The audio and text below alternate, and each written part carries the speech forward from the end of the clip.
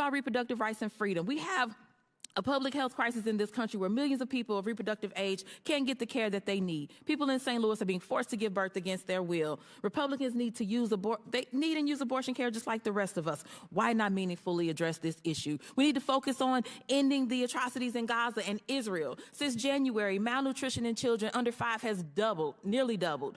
Global experts warn famine is imminent for 1.1 million people, half the population due to catastrophic food insecurity. Why are we not acting to reinstate UNRWA, prevent famine and the spread of disease, and ending the continued slaughter of Palestinians? We do not have infinite time and resources. I will stop there. Thank you, and I yield the balance of my time to Rep. Goldman. Thank you very much, Ms. 10 seconds. I want to just point to a photo here.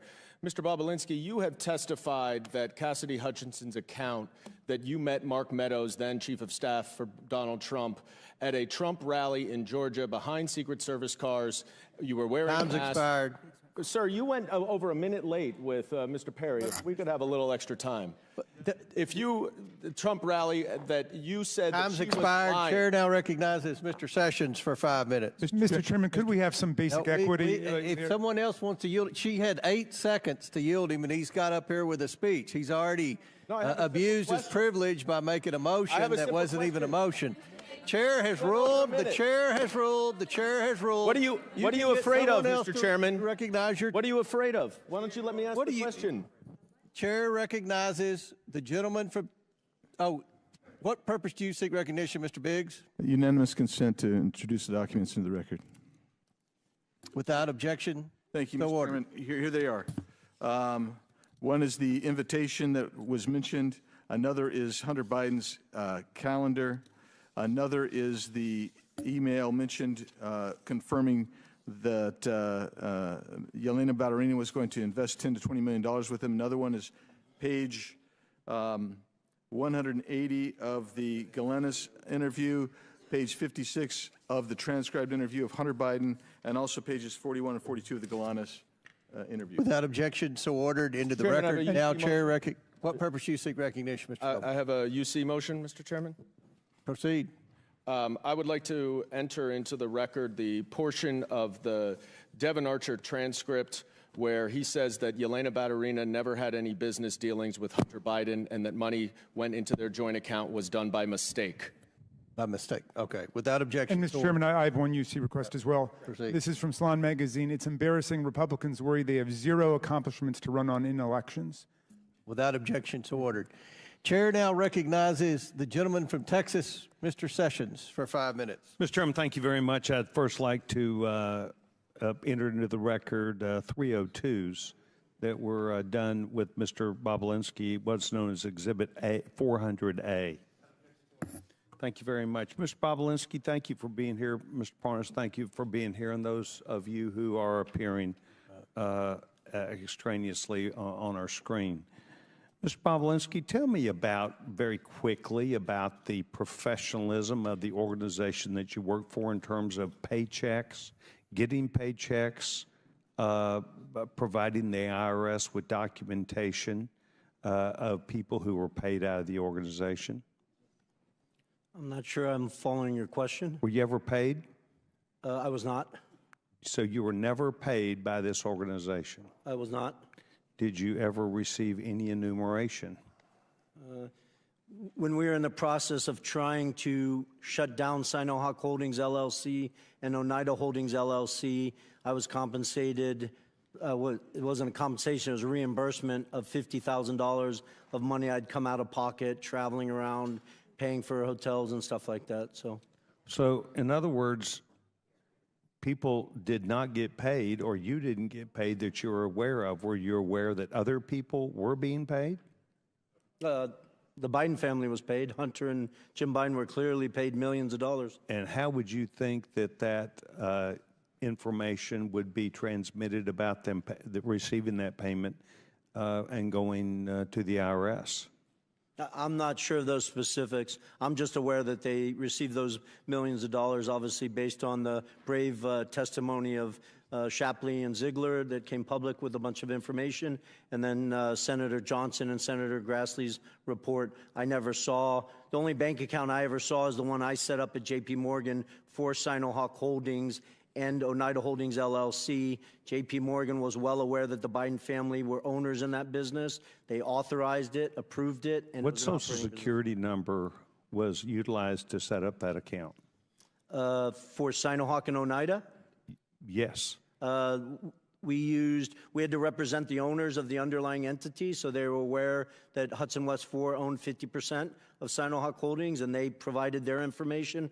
On the Oneida side, we represented that each of us owned 20%, and I'd have to go back and look. I, as the CEO, probably provided my Social Security number. I'm not sure if we provided Social Security numbers for all 5 members. And yet excuse me, tax IDs for their LLC. Or tax IDs. And yet you never received money except reimbursement for out-of-pocket expenses that were related to the business. Correct. And imagine that $50,000 I was paid was actually from the legal side of Sinohawk Holdings and the Chinese, while the Bidens had defrauded me and were receiving millions of dollars into their own pockets. Were you aware that they were receiving millions of dollars at the time? I was not. Did you spend time with the Department of Justice on this matter? I did. I had a voluntary interview with the FBI on October 23rd, I believe, 2020. They approached you or you approached them? My lawyers coordinated me. Which is obviously public knowledge, went to the second debate. I flew to D.C. with the intent of sitting in front of Senator Johnson, Senator Grassley, and their committee. And then my lawyers sought counsel, had discussions, and decided it was a better focus of my time to walk voluntarily into the FBI. So where did you do that? In Washington, D.C. Main Justice, Main FBI, or the field office? I believe it was the leading field office. They didn't want to do it in Main Justice for some their reasons. They decided. I would have gone wherever they asked me to go. Did they tell you at the time that you were providing information that if you provided information that was not true and correct, that you could be held liable for that under criminal statute? Yeah, yes, of course. I appreciate you asking that question. I was operated as if I misrepresented, misstated, lied, that I was committing criminal offenses, which I take very seriously based on the fact that I was willing to die for this country. And to just correct Ms. Crockett's statement earlier, I didn't accuse the FBI of lying.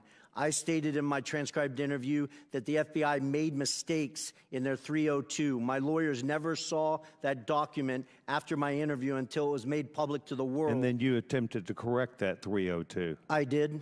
Is that the same 302 known as Exhibit 400A that I have entered in the record today? It is. Do you have any other dispute with that? And have you looked at it, and do you have any other dispute? Well, there's numerous mistakes in it. Okay, thank you very much. Do you have any reason to believe that all of these SAR reports that have come out of banks were all fraud? And gentleman's time's expired, but he asked a question about the SARS report.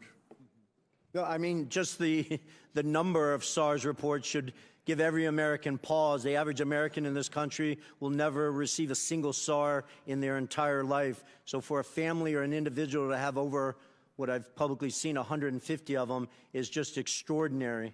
Okay. I want to thank all the witnesses that are here today, Mr. Chairman. Thank you very much. Gentleman's time's expired. Chair now recognizes Mr. Frost. Or who? I thought you said Frost. Oh, Mr. Kassar. Okay, Frost was next. Kassar. Thank you, Chairman. And if I could have my full 5 minutes, I'd appreciate that. Reset the clock for 5 minutes for Mr. Kassar. Thank you, Chairman. While we clearly disagree on the merits of this meritless investigation, I hope, Chairman, that we can at least come to an agreement on some basics. I believe that you and I can agree that presidents and White House officials should not be unduly influenced by foreign powers.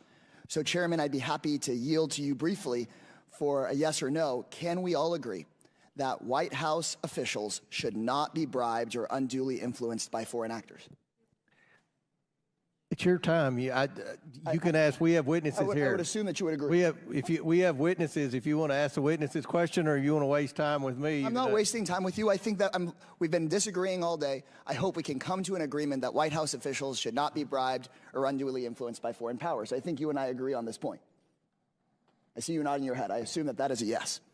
I'm glad that we can work as an oversight committee on investigations, do the work we need to do, and make sure that no one in the White House has betrayed the public trust. We've spent countless hours talking about Hunter Biden, investigating every single person it seems like he's ever shaken hands with. We've not found a shred of evidence that connects it to the President of the United States or anyone with any say over U.S. policy. But someone who has worked in the White House did accept money from a foreign power. Donald Trump's son-in-law, Jared Kushner, received a staggering $2 billion from Saudi Arabia for his brand new private equity firm. And while Hunter Biden never had any say over U.S. policy, Mr. Kushner got this $2 billion 6 months after working in the White House as a senior advisor on Middle East policy. Mr. Kushner had no experience in private equity. In fact, he was so inexperienced that Saudi officials tried to block the transfer of the money until the Crown Prince overruled them. While working at the White House, Mr. Kushner pushed through a $110 billion weapon sale for Saudi Arabia. I'm finishing my point, and then I'm happy to talk about it. He then defended the deal in the wake of the Saudi government's murder of journalist Jamal Khashoggi. And while this may all just be a coincidence, there's many questions. Like, was any of this money passed along to Trump? Was the Saudi money a thank you for a job well done in the White House? Was Jared given this money in exchange for anything else? Or did someone with no experience just have a lucky payday? These are questions we should have answers to. Would the gentleman yield for a second? That the Oversight Committee should look into. But we can just add another question. What was the role that Jared Kushner played in covering up the assassination and dismemberment of Jamal Khashoggi, ordered by the Royal Conference? Ranking member. And so I want to know, if Hunter Biden had accepted $2 billion from the Saudi government, I'm sure we'd be looking into that today. And Mr. Chairman, I believe we can agree that there should not be undue influence in the White House. And I believe we should be able to agree that we should look into these questions about Mr. Kushner. And in fact, Mr. Chairman, you were on CNN and said, quote, I've been very vocal that I think what Kushner did crossed the line of ethics.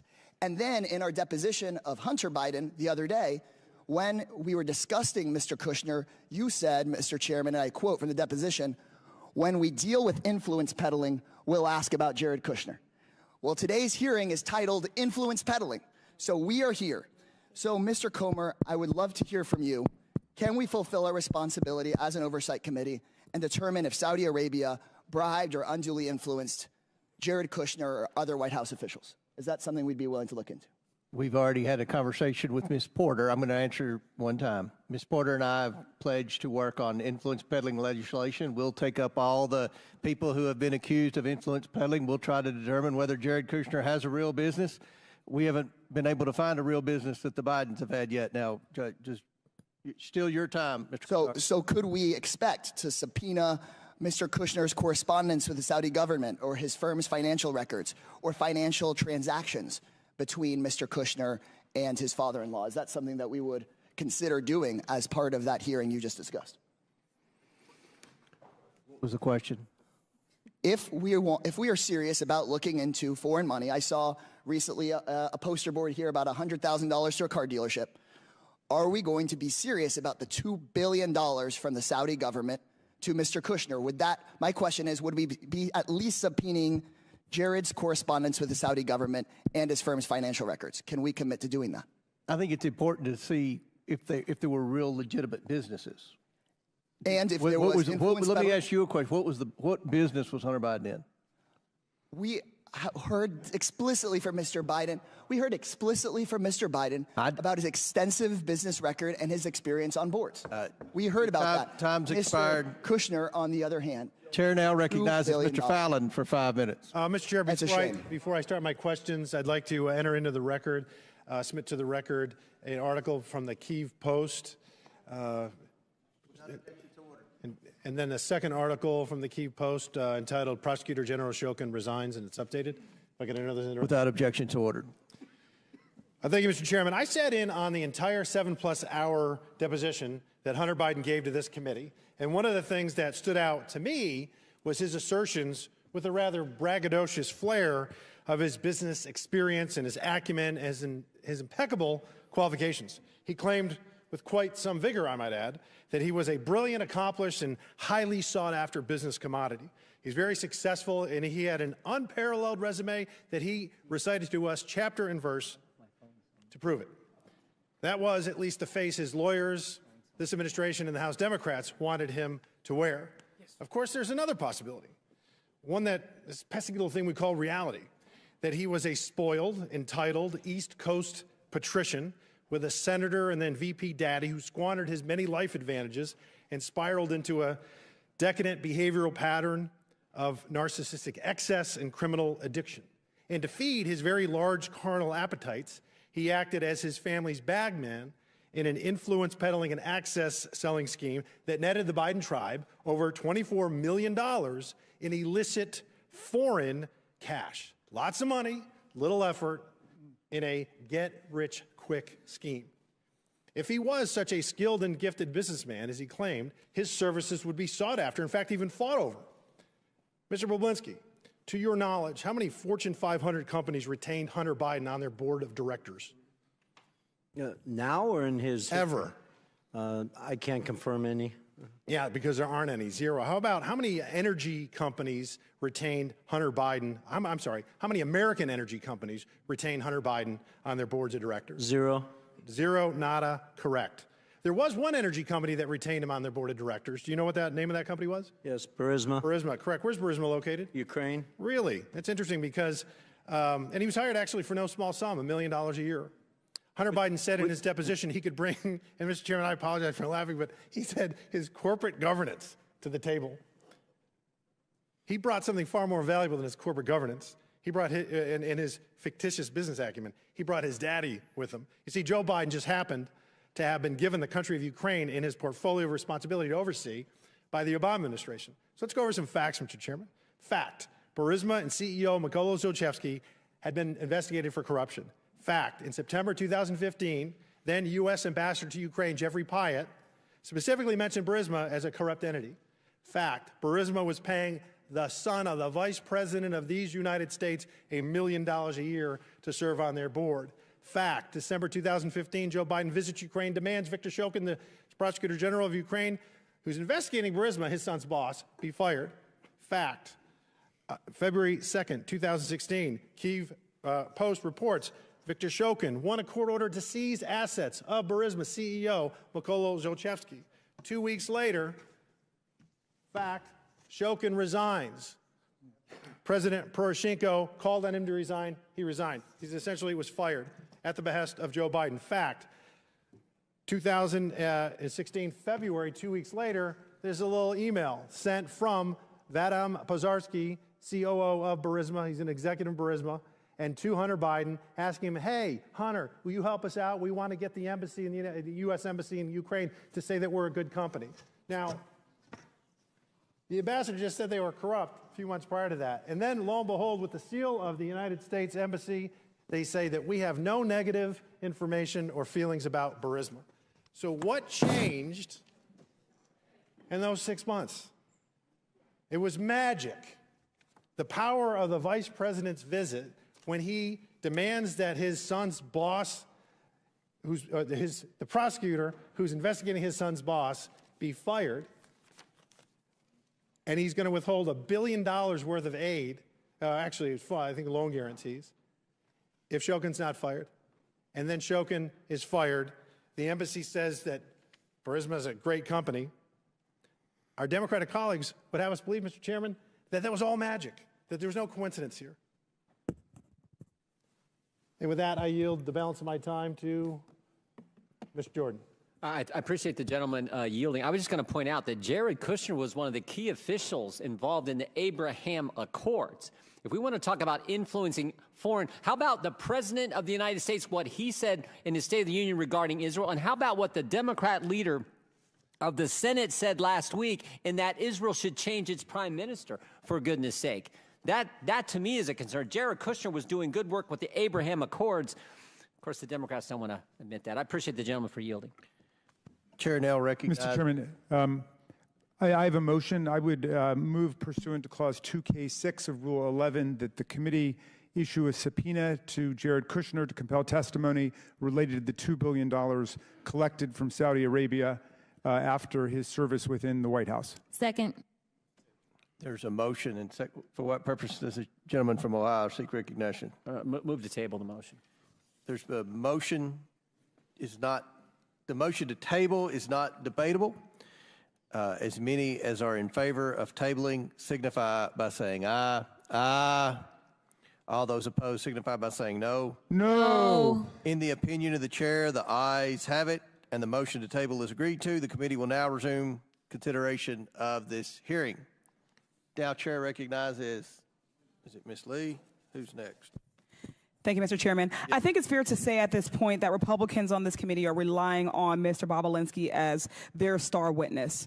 The only fact witness they have brought in person before this committee. So I think we'd all expect that Mr. Bobulinski would have extensive inside knowledge about the involvement they allege that President Biden and in Hunter's business ventures. As Mr. Pernas can vouch for, previous impeachment inquiries relied on whistleblowers and witnesses with intimate details of what went on, firsthand accounts of high crimes and misdemeanors. You could point to exactly what the allegations were and understand what was going on. There were laid out chains of events pointing to a named crime, lying under oath, obstruction of justice, abuse of power, incitement of insurrection. Yet we're left floundering here with zero direction and zero real evidence while we watch this kangaroo court struggle to continue on. And today we have Mr. Bobulinski, whose biggest contribution is that he had, quote, multiple meetings with Joe Biden. But let's be clear. He spoke with Joe Biden a grand total of 2 times in the span of less than 24 hours in 2017, and each was short. One in public, in the bar of a hotel, and then for a few minutes backstage of the Milken Conference after Biden spoke about the efforts to fight cancer, which took the life of his son, Beau. I think we also need to clarify that while Mr. Bobulinski is all of a sudden today claiming that they talked business, but at no point did he mention this during his deposition under oath with this committee. At 2 different points when asked about what was said in these conversations, Mr. Bobulinski's account made clear that he had 0 substantive business discussions with Mr. Joe Biden. Mr. Bobulinski described those conversations twice during his transcribed interview, and both times he provided the same accounts.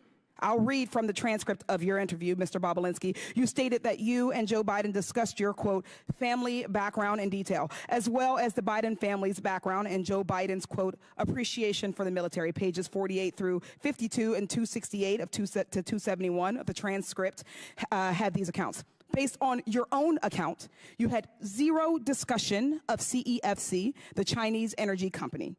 You had 0 discussion on shares of equity or capitalization of this failed business venture. Based on your own account, you simply exchanged pleasantries about your families and shared values, the kind of small talk any person would make if they had the opportunity to meet the former Vice President of the United States, and moved on. Yet today, when my Republican colleagues are so desperate for actual evidence, magically that story changes. And that's really at the heart of everything we're discussing today. Mr. Bobulinski has also been pushing his texts as records as proof, yet the Wall Street Journal found that none of it showed any role for Joe Biden and Sinahawk Holdings, and even Fox News reported that there was 0 evidence of business dealings involving Joe Biden. Mr. Bobulinski would have us believe that everyone is a liar except him, and except for when he's under oath, that everyone misremembers except for him and except for when he's under oath. The FBI, the Wall Street Journal, his business associations, all liars. Republicans in this committee and the culture warriors of Fox News keep saying, look at the documents, look at the documents. So let's look. This purported investigation has received over 100,000 pages of documents, and not a single one shows any evidence of any wrongdoing, much less an impeachable offense. And taking a step back, even if Joe Biden had discussed his son's business ventures with Tony Bobulinski in 2017, and this is rhetorical, so what? What would be the high crime of misdemeanor? What would be the impeachable offense? We're talking about what private citizen Hunter Biden was doing with his time, at the time, private citizen dad. This impeachment inquiry is not about facts or evidence. It's not even about impeachable offenses. It's about keeping the American people distracted while we do nothing on reducing gun violence, nothing on lowering healthcare costs, nothing on reforming our criminal legal system. This has been the least productive Congress in decades. We're just now, in March, finally funding the government for this year. That's shameful. This unserious hearing is a waste of our time and our resources. I yield with that, and I yield the remainder of my time to Representative Crockett. Yes, I just want to make sure that I point out, and this is not a question, just in case you wanted to know, that on page 174 of your transcribed interview, line 9, it says, "This is an absolute lie," in reference to talking about the FBI. What you stated— I did not call the what FBI was stated agents right liars. before that was, first of all, I said that I'm speaking, and I did not ask you a question. First of all, it doesn't say Tony Bobulinski told the FBI. This is a summary of 2 agents that took notes through my interview, and their summary apparently that they presented says Bobulinski first met in person with members of the Biden family at a 2017 meeting in Miami, Florida. This is an absolute lie. That is what it says. The final thing that I'm going to say is about this. What we have from Ken Buck, a Republican, I don't think that the impeachment of Biden is appropriate, and so House Speaker Mike Johnson's ability to talk me into staying here is going to be about as successful as his ability about talking me into an unconstitutional impeachment. I'll let her have 30 seconds over. Chair now recognizes Mr. Burchett from Tennessee. Thank you, Mr. Chairman. On July 30th, 2017, Hunter Biden wrote to his Chinese business associate, Raymond Zhao, "I'm sitting here with my father, and we would like to understand why the commitment made has not been fulfilled." Mr. Bobulinski, why did Raymond Zhao work for the, who did Raymond Zhao work for when this message was sent? Raymond Zhao worked for Director Zhang at CEFC. Is CEFC connected to the Chinese Communist Party? It is. Is CEFC a corrupt organization? It was. From your perspective, what had occurred with CEFC from the end of May to this July 30th text message? Well, it's tough to go through all these details in 20-second clips, but at the end of July, it's important to note Jim Biden was broke. Hunter Biden was broke. Published by the brave whistleblower Shapley and Ziegler. And Hunter made the conscious decision to basically defraud the partners of Sinohawk Holdings and Oneida because he needed money immediately. They've published pages of text messages where he's trying to get money into his bank account. And so that night, for whatever reason, on the 30th, when he asked why hasn't the commitment been fulfilled, the commitment he's talking about is actually the $10 million funding into Sinohawk Holdings, LLC. Really key point. But the next day, he decides that he's going to defraud Sinohawk Holdings and Oneida, create a new entity called Hudson West 3. Well, actually, change Hudson West 3. It had already previously been created by the Chinese, and make himself a 50% owner in that entity. So when the Chinese did send money, he would have instant access to it. Really important, backed up with tens of pages of communications. He wanted to get access to the money the second it came in. And in Sinohawk Holdings and Oneida Holdings, he did not have that power. I just want to address one thing real quick. Hunter Biden represents, he's a governance expert. That's why Burisma put him on the board. Well, he obviously can't do basic math. The board of Oneida Holdings had 7 votes. Each one of them, Hunter, Jim Biden, James Gillian, and Rob Walker, had a single vote. I had 3 votes. I have a master's degree in electrical and nuclear engineering. I think I can do math. I had 3, they had 4. They controlled Oneida Holdings. So Hunter Biden's representations that I was trying to take the business from them or I didn't know is all a sham and a misrepresentation. He wanted money in his account instantly, and that's why he shook down the Chinese, and they were willing to send him that $5 million because they viewed it as a bribe to the Biden family. They say it in their own communications.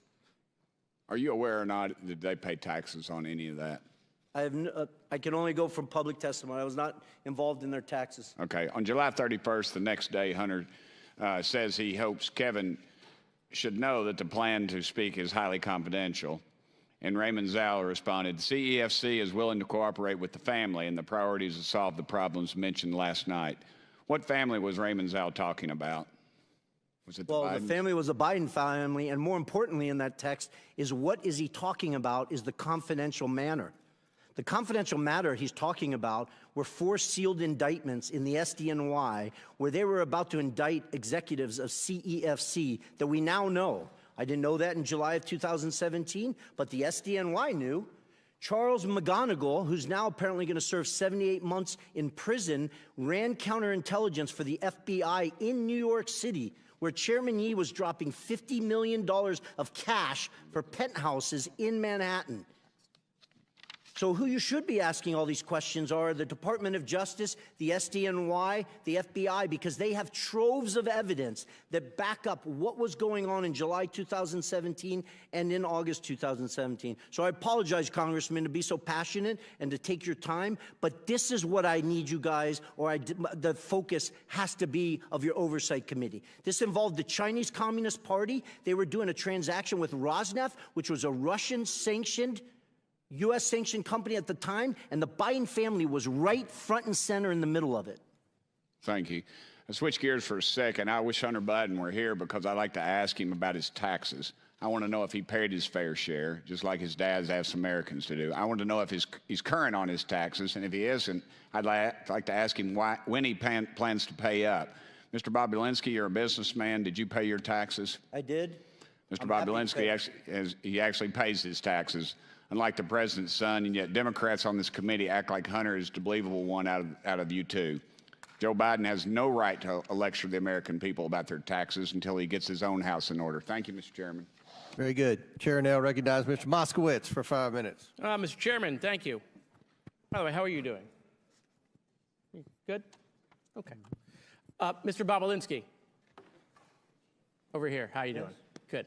So I just have a question. We've been at this for 15 months now in oversight. I know this is your first time here, but do you think Chairman Comer has proven that Joe Biden has committed a high crime and misdemeanor? I believe with all the evidence he's gathered, yes, he's proven that Joe Biden has committed high crimes and misdemeanors. Okay, and so I assume you believe Joe Biden should be impeached. Well, that's up to you guys. But do you believe he should be impeached?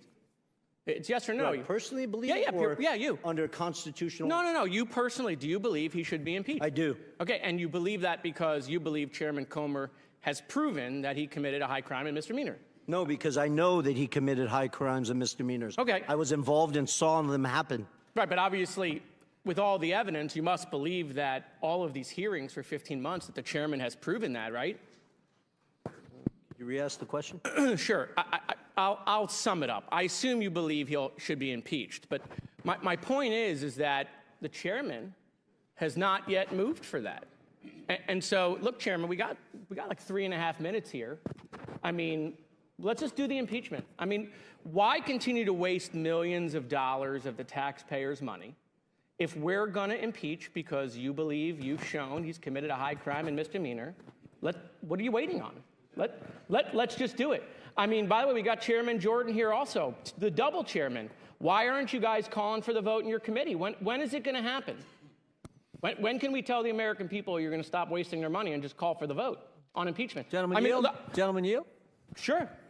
We don't do snap impeachments like you guys. We actually do the facts. We do oversight according to the Constitution. You're never going to call for it. You're never going to call for it. I mean, now you can predict. You can predict the future. How do you know? You guys only have 6 more months probably in power, right, until the election. So, are you going to do it in 2 months? You're going to do it in 3 months? Like, tell the American people. Does the Constitution put a time limit on oversight? So I don't think I didn't read that in the Constitution. If you believe you can't call for the impeachment now, then what you're admitting is you haven't yet proven that he's committed a high crime and misdemeanor. You haven't proven it yet. Otherwise, you would call for it, I assume. We're doing our work. Okay, so they haven't proven it. Right? They haven't proven he committed a high crime and misdemeanor. Otherwise, we would call for impeachment. So look, the chairman knows me well. I mean, I'm just here to help him, right? And so I just think we should do it today. Let's just call for it. I'll make the motion, Mr. Chairman. I want to help you out. You can second it, right? Like, make the motion to impeach President Biden. Go ahead. It's your turn. You second it.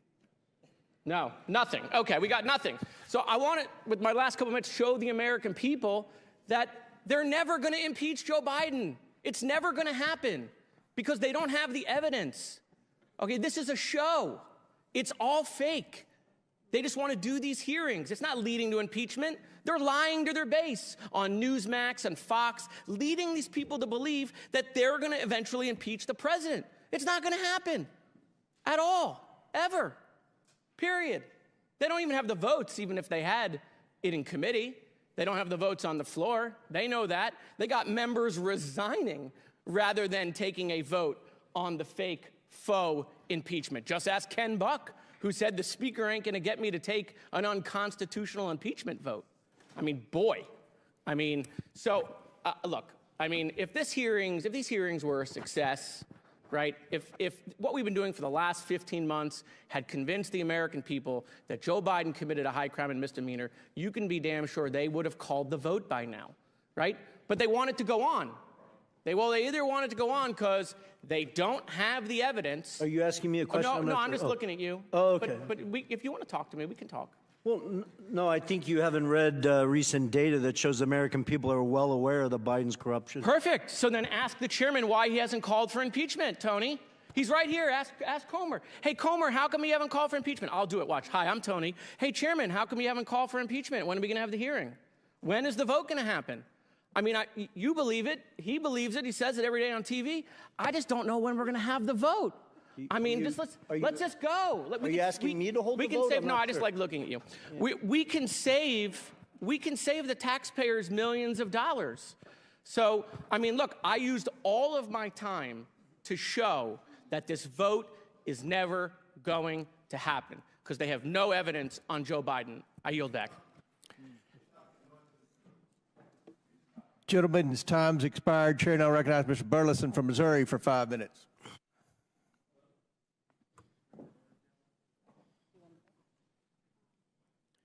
Switch backs. Restart the clock.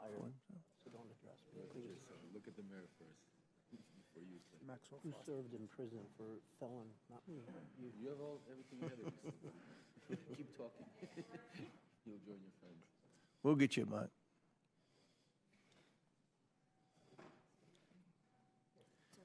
Do you want to go to that one? Okay. Apologies. All right, we good? Now we are. All right.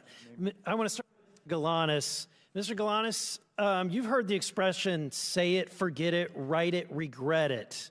Have you heard that expression? Mr. Galanis? Yes, I'm here. Congressman? Have you heard the expression, say it, forget it, write it, regret it? Yes, I have. It was a practice that we used in our business. In whose business? Business with Hunter Biden and Devin Archer. Okay, so it's their expression. Let me ask you a question. Who is Harris Youssef? Harris Youssef is a Ukrainian investor originally from Syria, a longtime colleague of Dmitry Firtash. So he's a colleague of Dmitry Firtash. He was mentioned earlier this hearing. Who is Dmitry Firtash? He's a Ukrainian oligarch very close to the Kremlin that made his fortune primarily in trading gas from Gazprom, the Russian state oil and gas company. So connected to Vladimir Putin, correct? Very much so, yes. Yeah, in fact, during Hunter Biden's deposition with the committee, he justified his role. I think you'll find this comical. He justified his role on the Ukrainian Burisma board by saying, in essence, that it was his patriotic duty, that he was serving, freedom, because there were, this is his quote, there were 2 gas companies inside Ukraine at the time. One of them was a state-owned, which was highly corrupt and connected to people like Firtash, which was directly going into Vladimir Putin's pocket. The only independent company was Burisma, end quote. Now, my question to you, based on this, he's disparaging Mr. Firtash, and yet, are you aware that that Mr. Biden, Hunter Biden, did business with Mr. Firtash? Yes, I am. So let me ask you, what kind of financial transactions occurred between them? What Haris Youssef described to me, and then I was also described to me by others, including Devin and Hunter, was a $5 million payment that was made by Dimitri Firtash, is handled by Haris Youssef through Hunter Biden's law firm. That was deemed a success fee in order to quash an outstanding indictment for which in the United States. So a Putin-connected Russian oligarch wired over $5 million to Hunter Biden's law firm for what activity? What was Hunter supposed to do for that $5.5 million? He was supposed to perform in quashing the indictment that resulted in an arrest warrant for Dimitri Firtash, who is being charged in the United States. Yeah, being charged in the United States in Indiana. So he's supposed to quash that, use his political influence to do so. So my question is, of that money, the $5 million, $3 million made its way to a company that you set up with Devin Archer called Inbloom. Is that correct?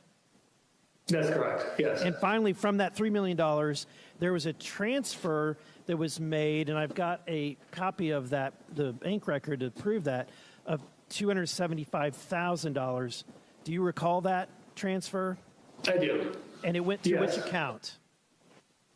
Rosemont Seneca Bohai. Rosemont Seneca Bohai. So despite what Hunter said during his deposition, based on your knowledge, was Hunter Biden connected to Rosemont Seneca Bohai? Was he part owner? Very much so, and he said as much and had direction and control, and it was a beneficiary of the account. So there are emails that document he directed monies to be dispersed from that account, including to himself. Now, it sounds like, despite what he's saying, what he told the committee, that this guy was a bad hombre, basically, that this Firtash guy connected to Putin, and therefore he had to get on Ukraine. And yet he had no problem doing business for this corrupt Russian oligarch connected to Putin. In fact, had no problem taking $5 million and a direct transfer of $275,000. Would you agree? I agree with that, yes. Okay.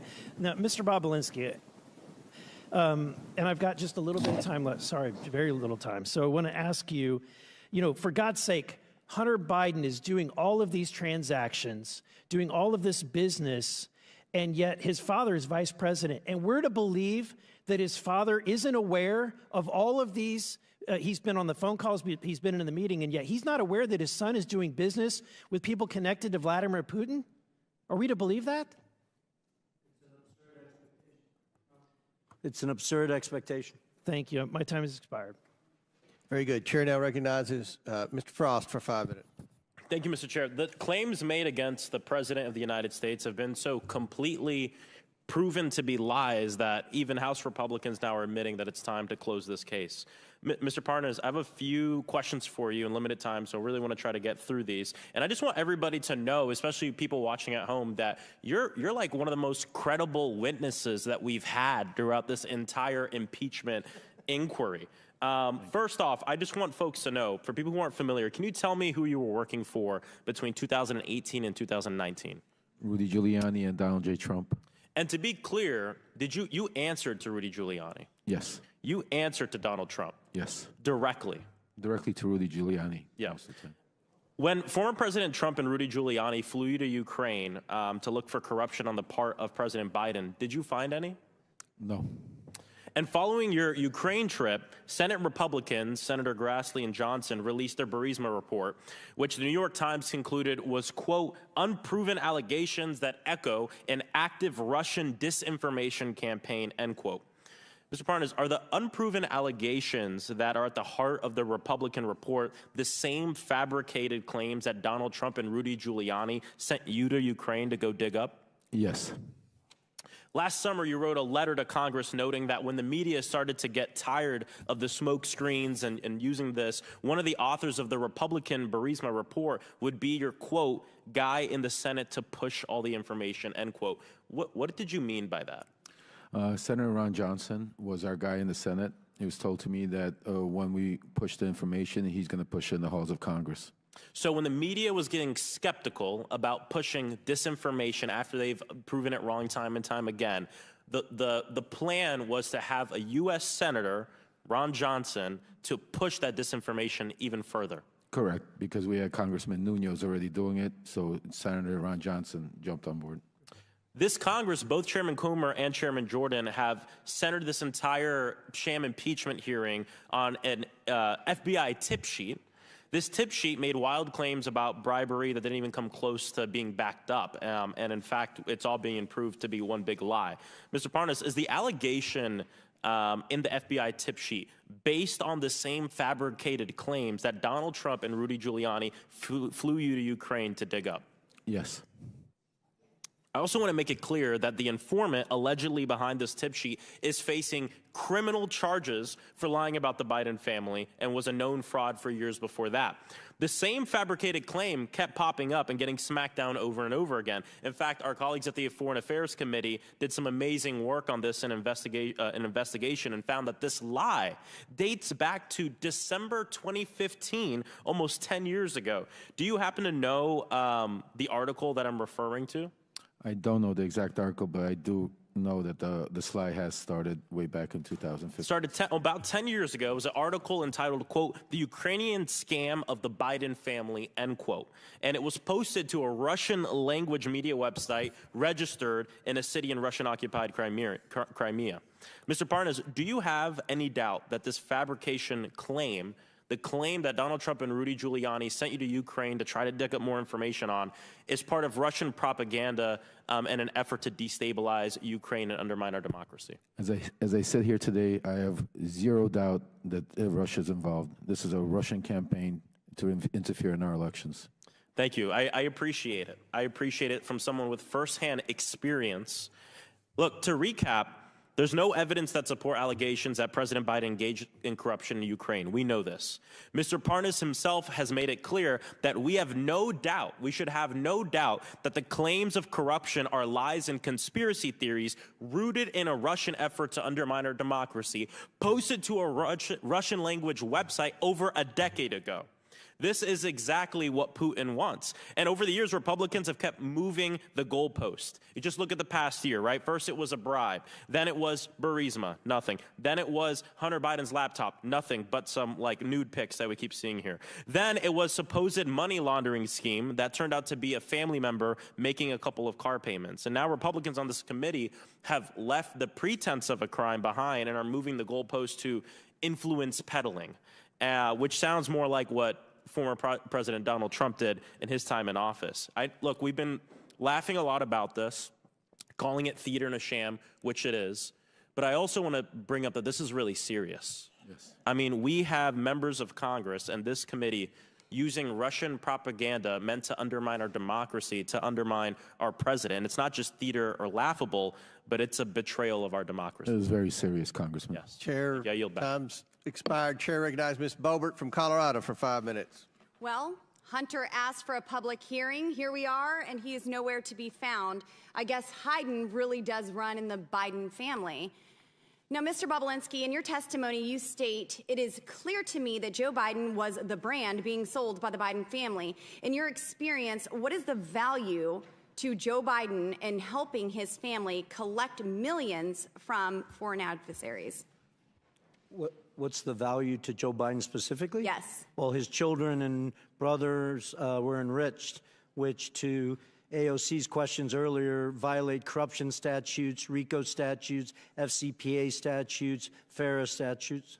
Yes, so you would agree that the Biden family was involved in this corruption and influence peddling and selling access to the federal government? I do. Mr. Bobulinski, in your experience, did President Biden play a more active or passive role in his son Hunter Biden's business dealings? I quantified it previously as he acted sort of like a chairman. He showed up and shook hands. He's been called the chairman. Yeah, he showed up, shook hands, and that's all the Chinese, Ukrainians, Romanians, Russians, whoever is need. It's not what the Canadians, the Australians, and Americans need, but in those parts of the world, that's what they need. Thank you. And now I'm going to switch over to Mr. Galanis. During his 2020 presidential campaign, then candidate for president Joe Biden said his son did not make any money from China. Did Joe Biden lie? Yes or no? Yes. Mr. Galanis, you are aware of the BHR fund that consisted of Bohai, a Chinese state-backed company, Harvest, a China company, and Rosemont, the Biden entity, correct?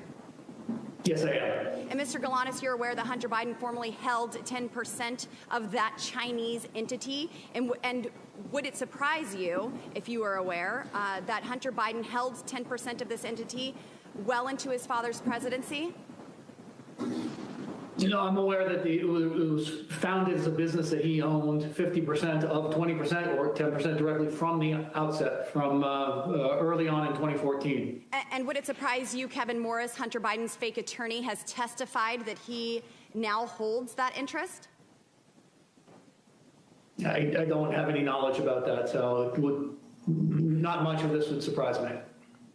Mr. Bobulinski, in your testimony, you stated the Chinese Communist Party, through CEFC, successfully sought to infiltrate and compromise the Obama-Biden White House during 2015 and continued through when Joe Biden left office. Would you agree that the CCP compromising the White House is a serious threat to our nation's national security? I do. Thank you. And now Joe Biden has leveraged his elected position to enable the Biden family, their business associates, and their companies to receive over $24 million from foreign nationals and their companies and their related companies. Biden is compromised and is a threat to our national security. After today, it's clear that Joe Biden is a bigger CCP asset than Fang Fang herself will. A threat to our national security. After today, it's clear that Joe Biden is a bigger CCP asset than Fang Fang herself. Will we ever come to the agreement that it is far time that Congress holds the resident of the White House accountable for selling out the American people? Unfortunately, my colleagues to my left have a highly coveted made in China product, a brand, if you will, and that is Joseph R. Biden. Mr. Chairman, I yield the remainder of my balance to my friend from Florida, Matt Gaetz. Mr. Parnas, how much time did you spend in prison? 4 months. 4 months. But 4 months. But you were indicted for crimes that could have resulted in you spending 50 years in prison, right? Right, they were false crimes. The judge saw through it. Well, you went to trial and you were convicted, right? I went to trial, correct. And the crime was that you were trying to acquire marijuana licenses, and you took money from a Russian oligarch, and you tried to use that money to go give political donations and do what you had to do to acquire marijuana licenses. Is that about right? That's what the crime was. That's what the indictment was. Yeah. Right. So it sounds like everyone here today, the only one working for a Russian oligarch was you. Right? I mean, yeah, it was. I just heard you. It's public information. Yeah, no, I just heard you wax poetic. I got paid $200,000. You know how much I got paid. You were really worried about our democracy, and you were here to warn us. But you were working for a Russian oligarch, wanting to get marijuana licenses, but then you didn't even do it. The fraud you committed against the Russian oligarch was that instead you spent the money on yourself. So, like, was that what you were doing to fight against Russia's aggression? That's a lie. Just taking their money? Well, that's what you were convicted of. No, but instead of spending 50 years in prison, you got 4 months. As this hearing continues, I look forward to hearing what Mr. Galanis thinks about how he was treated by the DOJ for telling the truth, as opposed to how you're treated for lying. The DOJ didn't listen to the truth, because if they would listen to the truth, the question Mr. Gaetz had is for Mr. Hear the truth. You can't handle the truth, Matt Gaetz. Look, well, the truth for you is taking money from Russians to buy marijuana businesses and then going to jail and then coming here to lie about Trump. You should know better than anybody. Gentlemen's time has expired. Chair now. You should know better than anybody. Gentlemen's time's expired. Chair now recognizes Ms. Tlaib from Michigan. Thank you so much. It's so exhausting. This is really incredibly exhausting, and I can't imagine our residents sitting at home. I still, every time I look up and I see our former chairman, forever chairman, Elijah Cummings, our first ever hearing in this room was about the high cost of insulin. I think one of the first witnesses was a mother of twins who had to ration her insulin and lost a child because she couldn't afford it. I still remember our previous chairwoman who really did a phenomenal job continuing to talk about the opiate crisis and how the Sadler family was part of a criminal scheme to increase addiction among family members, people just literally losing their family members because of profit because of folks that were literally drug dealers in suits. All of that to say is this House Oversight Committee, from our committee hearings on the Postal Service, which really matters to our constituents, the high cost of prescription drugs, the housing issues, the number of struggles and challenges of everyday Americans. And I say this sincerely. I know you all do, but sincerely, because what a waste of time. What a waste of time. Just even some of the colleagues of my folks here continue to say this is a waste of time. I mean, Representative Niels said, quote, I don't think we have the will to impeach Joe Biden. Just for the record, impeachment isn't something you have a will to do. It's something you have to have evidence to do. Which brings me to next, I mean, you know, you heard about Rep. Don Bacon, who said, when the staff tells you that they can't identify a particular crime, there's a problem. That's a problem. I mean, you can go on and on. One top Republicans admit that there's no conclusive evidence of impeachable offense that shows Biden acted improperly while in office to enrich his family members. I mean, it goes on and on. Former Oversight Chair Darrell Issa, who serves on Judiciary Committee now, said, I think he goes on and says, there's no clear sense of where the impeachment inquiry is going. It goes on and on. I mean, look, you all, this is an incredibly important committee. We could be doing some phenomenal things and holding currently the Biden administration a number of issues. Like, I want to know about the American Rescue dollars and where that money is being used. Is it being used towards public health? Is it being used towards the crisis that continues to happen in many of our families being impacted by long COVID symptoms? I mean, these are things that we could be doing right now in this chamber. We're not. We're doing this over and over again, and it's a waste of time. I literally, every time I talk to my constituents about this, they don't bring this up. They said, God, when is this going to be over with? I tell them, my colleagues do not know how to lead the campaigning at the steps of the Capitol. When we come in here, we have to literally put that aside and work for our constituents. Work on getting some sort of understanding where we can prioritize making sure that we have access to clean water. What is going on with the lead abatement program within the administration? Talking about the specific challenges that we continue to see in our healthcare system. All of that. Again, we can hold the Biden administration together, Mr. Chairman, on a number of issues we can see eye to eye on, and saying we need to use this committee to open it up to be the watchdog committee that we are. Instead, we really sincerely are wasting the time of the American people doing this. This is awful. For them to see us going back and forth like this, it's so disenchanting for them. And you all wonder why the numbers out there of favorability towards Congress is so low. They really have no faith in us because of this. This is the kind of stuff we do. When literally my folks are literally fighting for the right to breathe clean air and to fight to sit there and figure out how they're going to afford asthma inhalers. Yet we're here wasting the people's time. Will the gentlelady yield? Yes, Mr. Chair. And I say this out of somebody that's a social worker at heart. We could do so many things in bipartisan in this committee. I know it. And I think we're right now really missing out an opportunity to do that. We really are. Ms. Tlaib, I yield to Mr. Well, it's for a question I just wanted to ask you, because you've had tremendous success in trying to clean up dirty water across America. We can actually get things done, right? Absolutely. And, you know, I know my colleague on the other side, we all have a crisis of the clean water crisis.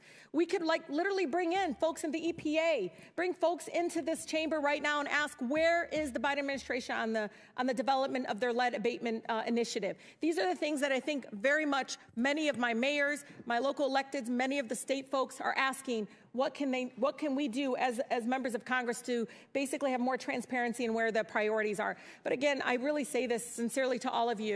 We can do better. We deserve to do better.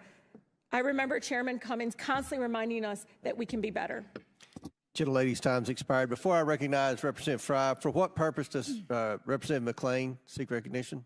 I'd like to enter something in the record. My friends on the other side of the aisle are desperately trying to deflect from the Biden family peddling scheme by attacking President Trump and his family. Her 5 minutes? I would like to enter into the record an article. Actually, Jared Kushner and Hunter Biden are nothing alike, and here are the facts. Thank you. Without objection, so ordered. Chair now recognizes Representative Fry for 5 minutes. Thank you, Mr. Chairman. One of the inconsistencies that I have kind of seen is what is on a text message, Mr. Bobulinski, with Raymond Zhao, and what Hunter Biden testified to in his own deposition.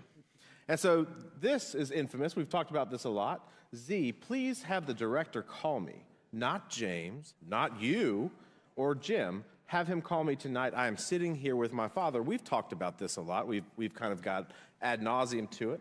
And in response, Raymond Zhao says, copy, I will call you on WhatsApp. So in Hunter Biden's testimony on page 105, he states that the Zhao that he sent this to was not the Zhao that was connected to CEFC. What do you say about that, Mr. Bobulinski?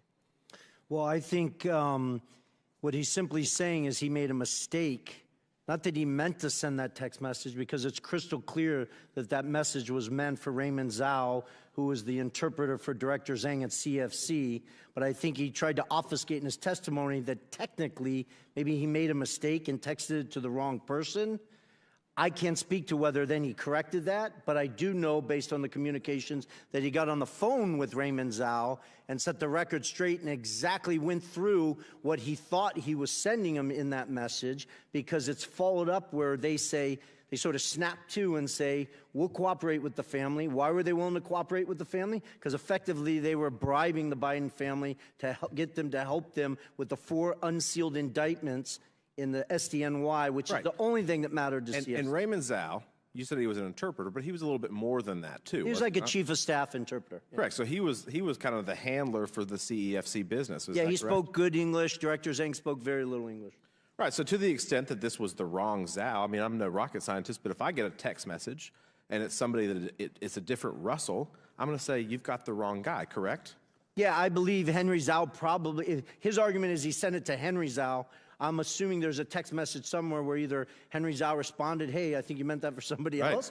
Instead, we just see, copy that. I'll call you on WhatsApp, right? Right. So if you were perplexed as to why you received a random text message that wasn't applied to, well, that's actually Raymond Zhao saying, I'll call you on WhatsApp. That's what I'm saying. Yeah. So the purpose, the issue that he brings up, though, is that he was confused and it was the wrong Zhao. I want to ask you a couple more questions real quick. Hunter Biden's transcript on page 42, he said, I officially began to work for CEFC when I received a retainer from CEFC in early or spring of 2017. Is that true? Well, it goes back to the word official. He's parsing words. Hunter Biden started working for CFC in the fall of 2015 and worked for CFC throughout 2016. That was confirmed to me by him, by James Gillier, by Rob Walker, numerous face-to-face conversations on it, numerous meetings. So this is not true. On page 48 of his transcript, Hunter is asked, he's never interacted with any of your business associates. Is that correct? The he's referring to is Joe Biden. Is that true? That's a lie.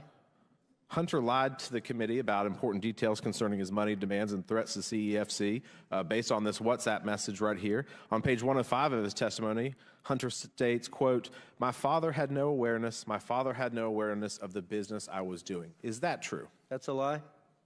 You also talked about how Jim Biden also lied extensively throughout his own testimony, and that Jim was selling plausible deniability for many years so that he could not tell the truth from a lie. On page 100 of Jim Biden's transcript, Jim is asked, do you recall having a meeting with Hunter Biden and Tony Bobulinski and Joe Biden? Jim's response was absolutely not.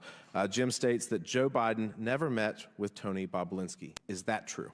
That is a lie, and I'm shocked that his lawyer sitting next to him, a former U.S. attorney, allowed him to say that lie 3 different times in that transcribed interview. Right. When pressed, he continued to double down on that. He got excited. His lawyer had to calm him down, and he continued to lie about it. On page 124 of the transcript, Jim Biden states, quote, it was Hunter Biden, myself, Gilliar. I don't know. It was the 5, okay? And everybody was 20% okay. You know what? You know, it was never executed. It was never signed. And he's referring, of course, to the contract or the agreement. Is that true? That's a lie. He fully executed the legal document, Oneida Holdings LLC, as did Hunter, James Gillier, Rob Walker, and myself.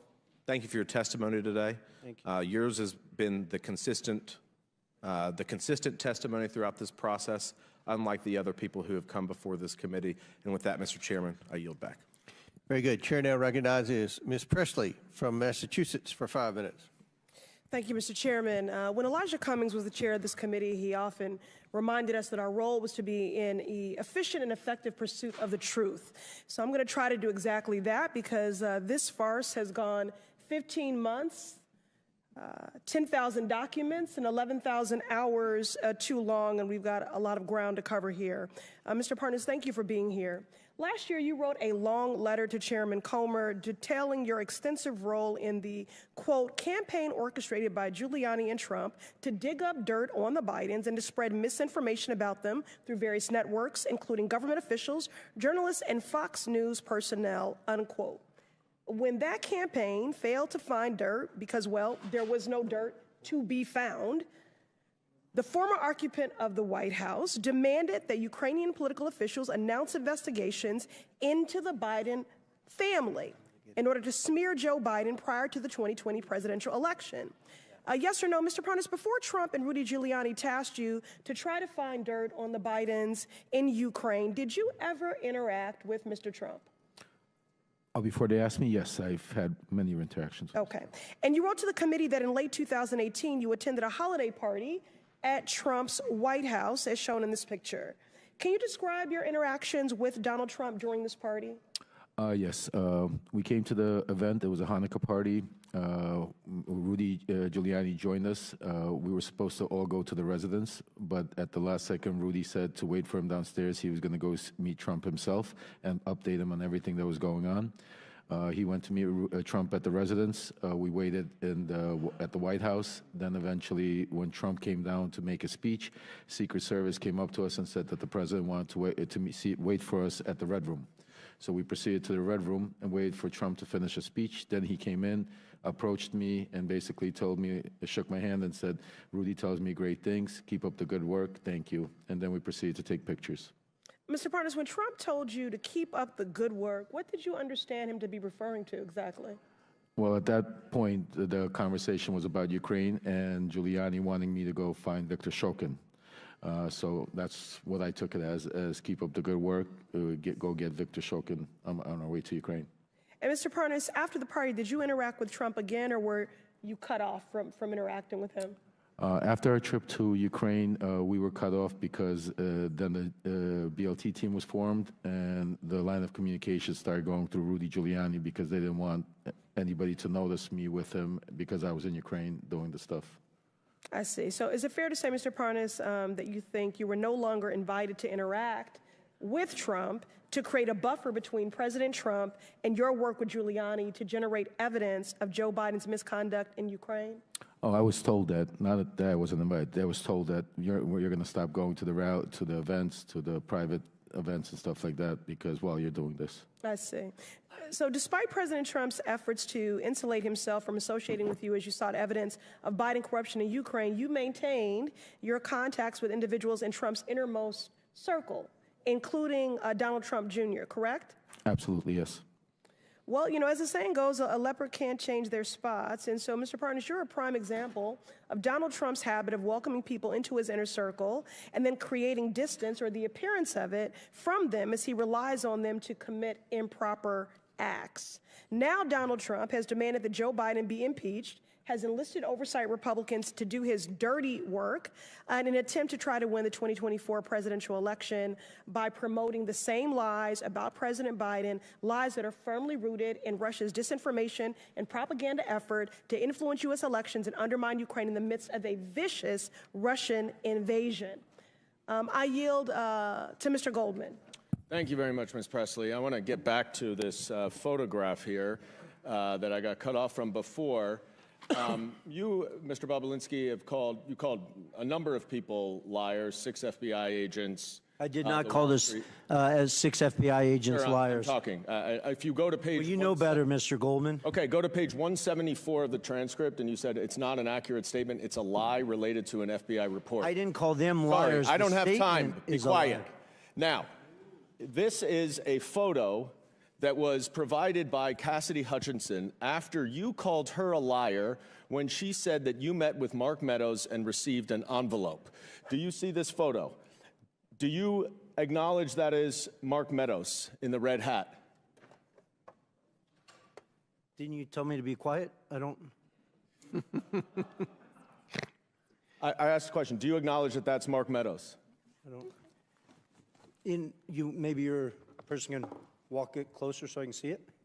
Mr. Chairman, would you indulge, just since he's not answering the question? You're 15 seconds over, but it may help. Well, let me just ask it very briefly. Is that you and Mr. Meadows buy Secret Service cars with you in a mask? Are you kidding, Mr. Goldman? I'm sitting 20 feet away from it. Go up to him, please. Go right up to him. And your time's expired. Okay. Maybe Mr. Swalwell will give you some time. Could he just answer the question? He can answer the question, right? So what I see in this picture is a Secret Service agent 5 feet from me with a full mask on, and a Secret Service agent sitting in a Cadillac Escalade with all the windows up with a full mask on.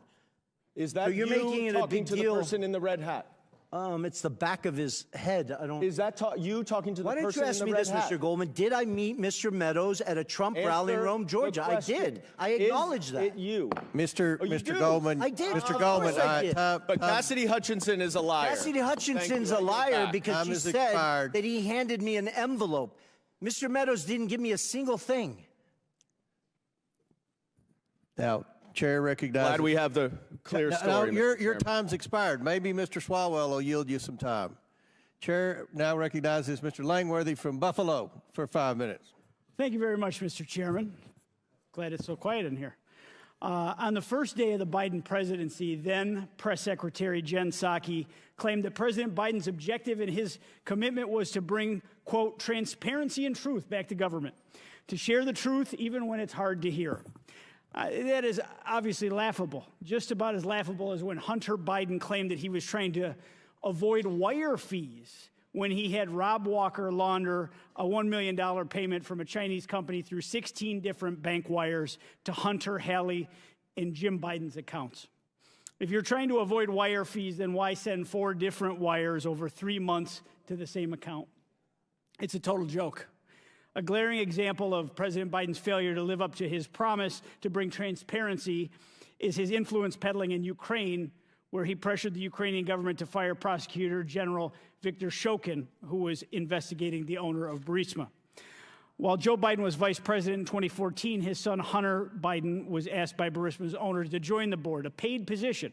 The committee has sought documents from the administration regarding Vice President Biden's influence peddling in the Ukraine. The administration, which claims transparency, has failed to produce these documents.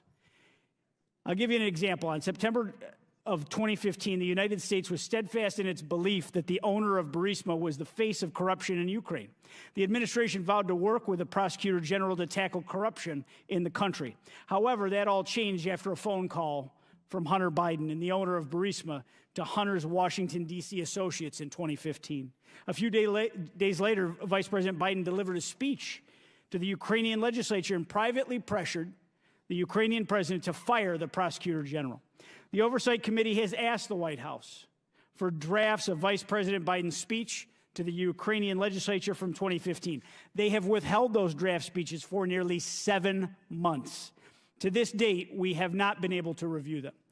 We all want to know whether there were edits to the speech after Hunter called D.C. We all want to know whether the then vice president, changed course to protect his son and his corrupt business associates. We all want to know whether the Biden family's business dealings affected American policy towards the Ukraine. The White House claims to be committed to bringing truth and transparency to government. It just seems like it's only interested when it's convenient for his administration. Now, Mr. Bobulinski, did Hunter ever tell you at any point the value of the Burisma income to him?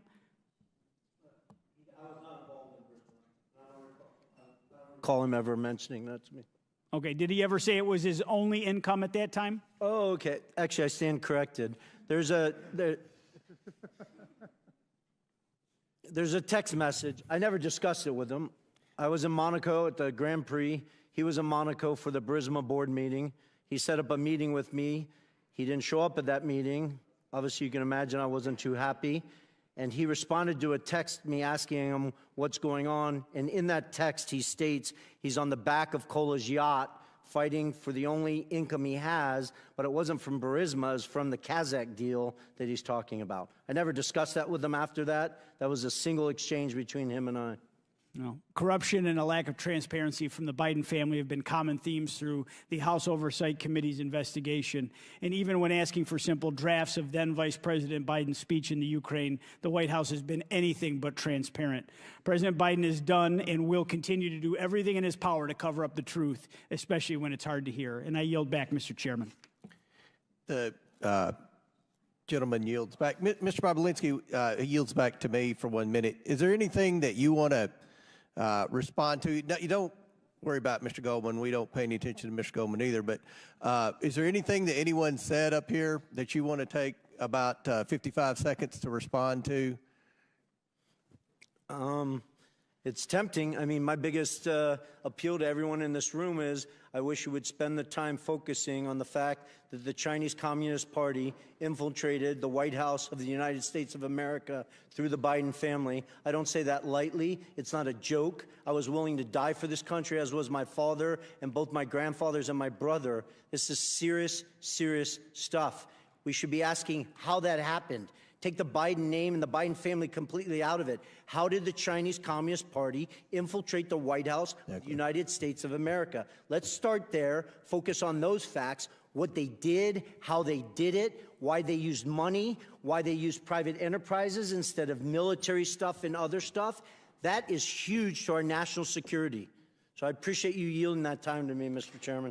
Well, thank you, and I'll just say this. Ms. Tlaib and Ms. Presley criticized the investigation, but I think most Americans care about public corruption, and they realize the FBI hasn't done the job, that DOJ hasn't done their job, the IRS hasn't done their job. They've been told to stand down. All that's left is the House Oversight Committee, and we will do our job. And pursuant to the previous order, because votes have been called again, the committee stands in recess subject to the call of the chair. The committee will reconvene 5 minutes after floor votes. Reconvene. Chair recognizes Mr. Swalwell for 5 minutes. Mr. Bobulinski, in your interactions with the Biden family, which you've told us all about throughout the day, did you ever observe the Chinese government grant 22 patents to any of Joe Biden's children while Joe Biden was in office? I did not. Did you ever observe the Chinese government, did you ever observe Joe Biden ever own or operate any hotels while he was in public office and take millions of dollars from foreign governments? I did not. Did you ever observe Joe Biden employ any of his children or their spouses in the White House as vice president or president? I did not. I can't speak to that. Did you ever observe, while observing the Bidens install a family member to be the co-chair of the DNC? I'm sorry, ask the question again? Did you ever observe the Bidens install a family member to be the co-chair of the Democratic National Committee? I did not.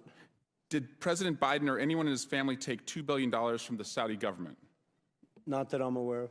Did President Biden or anyone in his family get fined $355 million for tax fraud? Not that I'm aware of.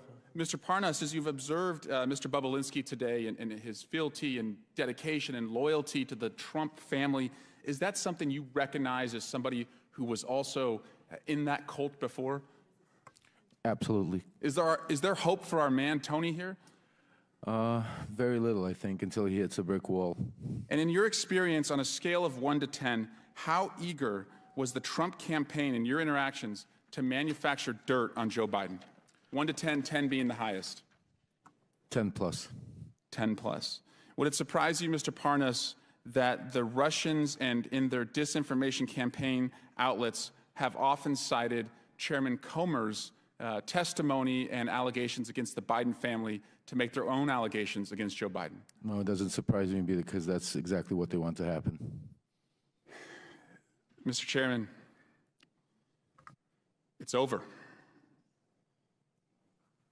It's over. It's time to pack it up. And I want to give you the top 10 reasons why impeachment is dead. Number 10, your key witness today is testifying from the slammer. Number 9, key evidence of a bribe that you all relied on.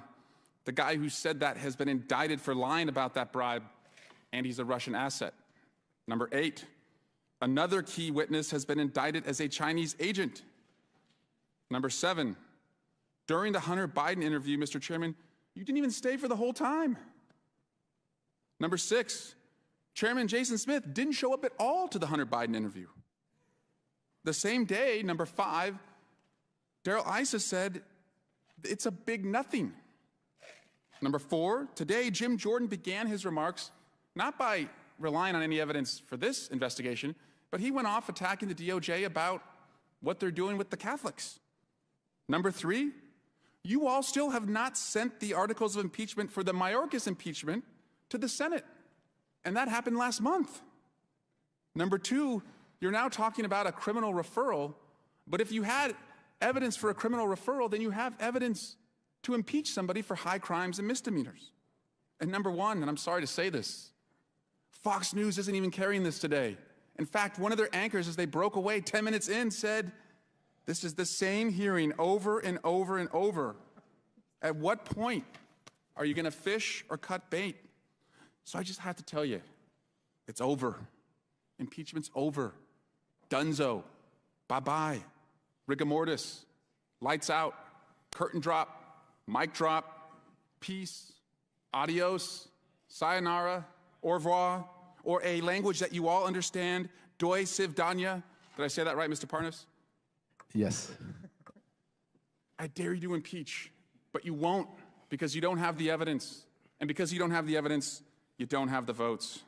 Guys, it's dead. And so I'm here to pronounce the time of death.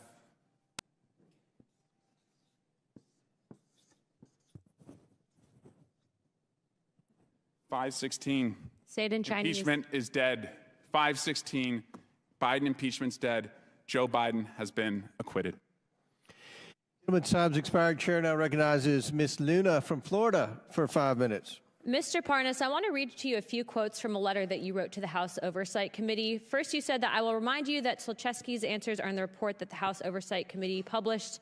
In this document, he stated that Hunter Biden was never asked or assigned to speak with anyone in the U.S. on behalf of Burisma. Mr. Parnas, are you aware that according to Amos Hochstein, a U.S. State Department official, in a transcribed interview with the Senate, Hunter Biden requested to have a meeting with him in November of 2015. Mr. Hochstein testified that he met with Hunter Biden and they spoke about Burisma. So yes or no, that statement that you made to House Oversight was incorrect? The statement was correct because that statement. Yes or no? The statement is coming So are you from the saying yes, words it of was? CEO Burisma. It's directly conflicting with testimony. Next question. There were no political or lobbying firm efforts on behalf of Burisma in your statement that you made to House Oversight. Mr. Parnas, are you aware that Burisma's engagement of Blue Star Strategies, which was a lobbying firm that was lobbying the U.S. government on behalf of Burisma, and Mykola Zlochevsky, and according to Sally Painter and Karen Termitano, the heads of Burisma? So that statement, again, that you wrote to this committee was incorrect, yes or no? No, you're incorrect. Because no, that is incorrect. You're directly conflicting with that. My final question for you, Mr. Parnas, is next you wrote that nobody from the company of Burisma has ever spoken to Joe Biden. It's okay, Chairman, I got him.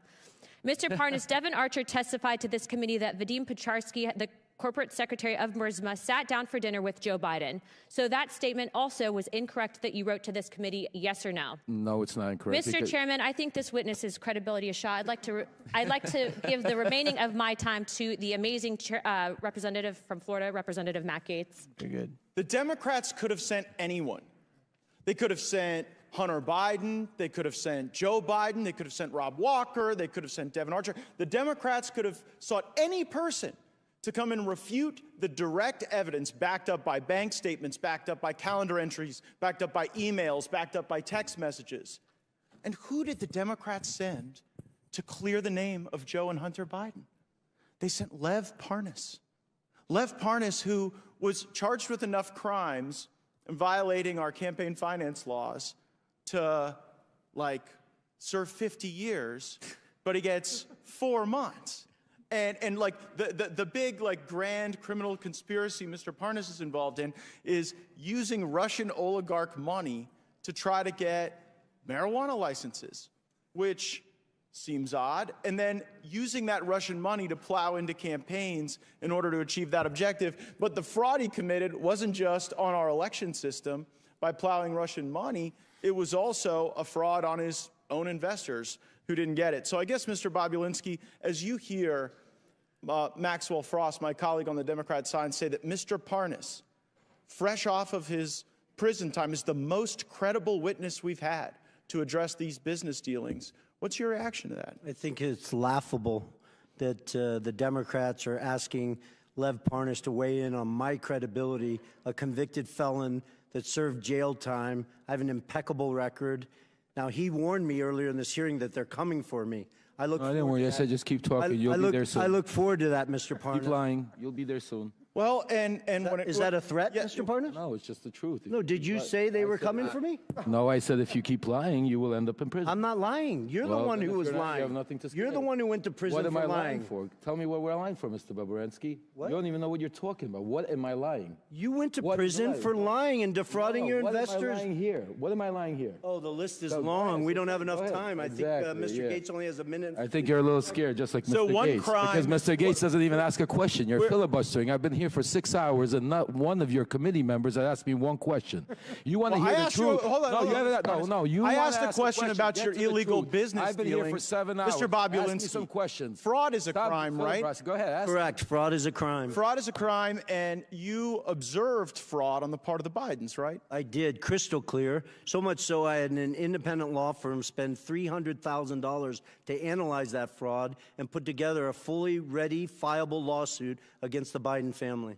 And bribery is a crime, right? Correct. And what you observed with Joe Biden trying to get you into this business deal with Hunter Biden, what you later learned about that business deal and how the money was flowing from the Chinese Communist Party to Hunter Biden, to other members of the Biden family, did that concern you as a potential feature of money laundering? It did. It did. I started to grow concern after I met Joe Biden. And then I sat down with Jim Biden, and he used the term plausible deniability with me. And that's documented because I went back to my lawyers, and I asked them, something is starting to feel unright. And they went and hired another law firm to give me a full FCPA workup to go through the details of what could be done and what couldn't be done. Sounds like high crimes and misdemeanors to me, Mr. Chairman. I yield back. Very good. Chair now recognizes the chairwoman of the House Education Committee, Ms. Fox from North Carolina. Dr. Fox. Thank you, Mr. Chairman, and I want to thank my colleagues for what you have been doing here today, unraveling these issues. Mr. Galinas, in your written testimony, you state that your, quote, objective was to build a diversified private equity platform which would be anchored by a globally known Wall Street brand together with a globally known political name, Biden, end quote. Is it correct that Harvest Fund Management, a $300 billion Chinese financial services company closely connected to the Chinese Communist Party, CCP, was interested in partnering with you and your business partners? Yes, that's correct. Thank you. Why was the CCP-connected Harvest Fund Management interested in doing business with you and your partners, Hunter Biden and Devon Archer?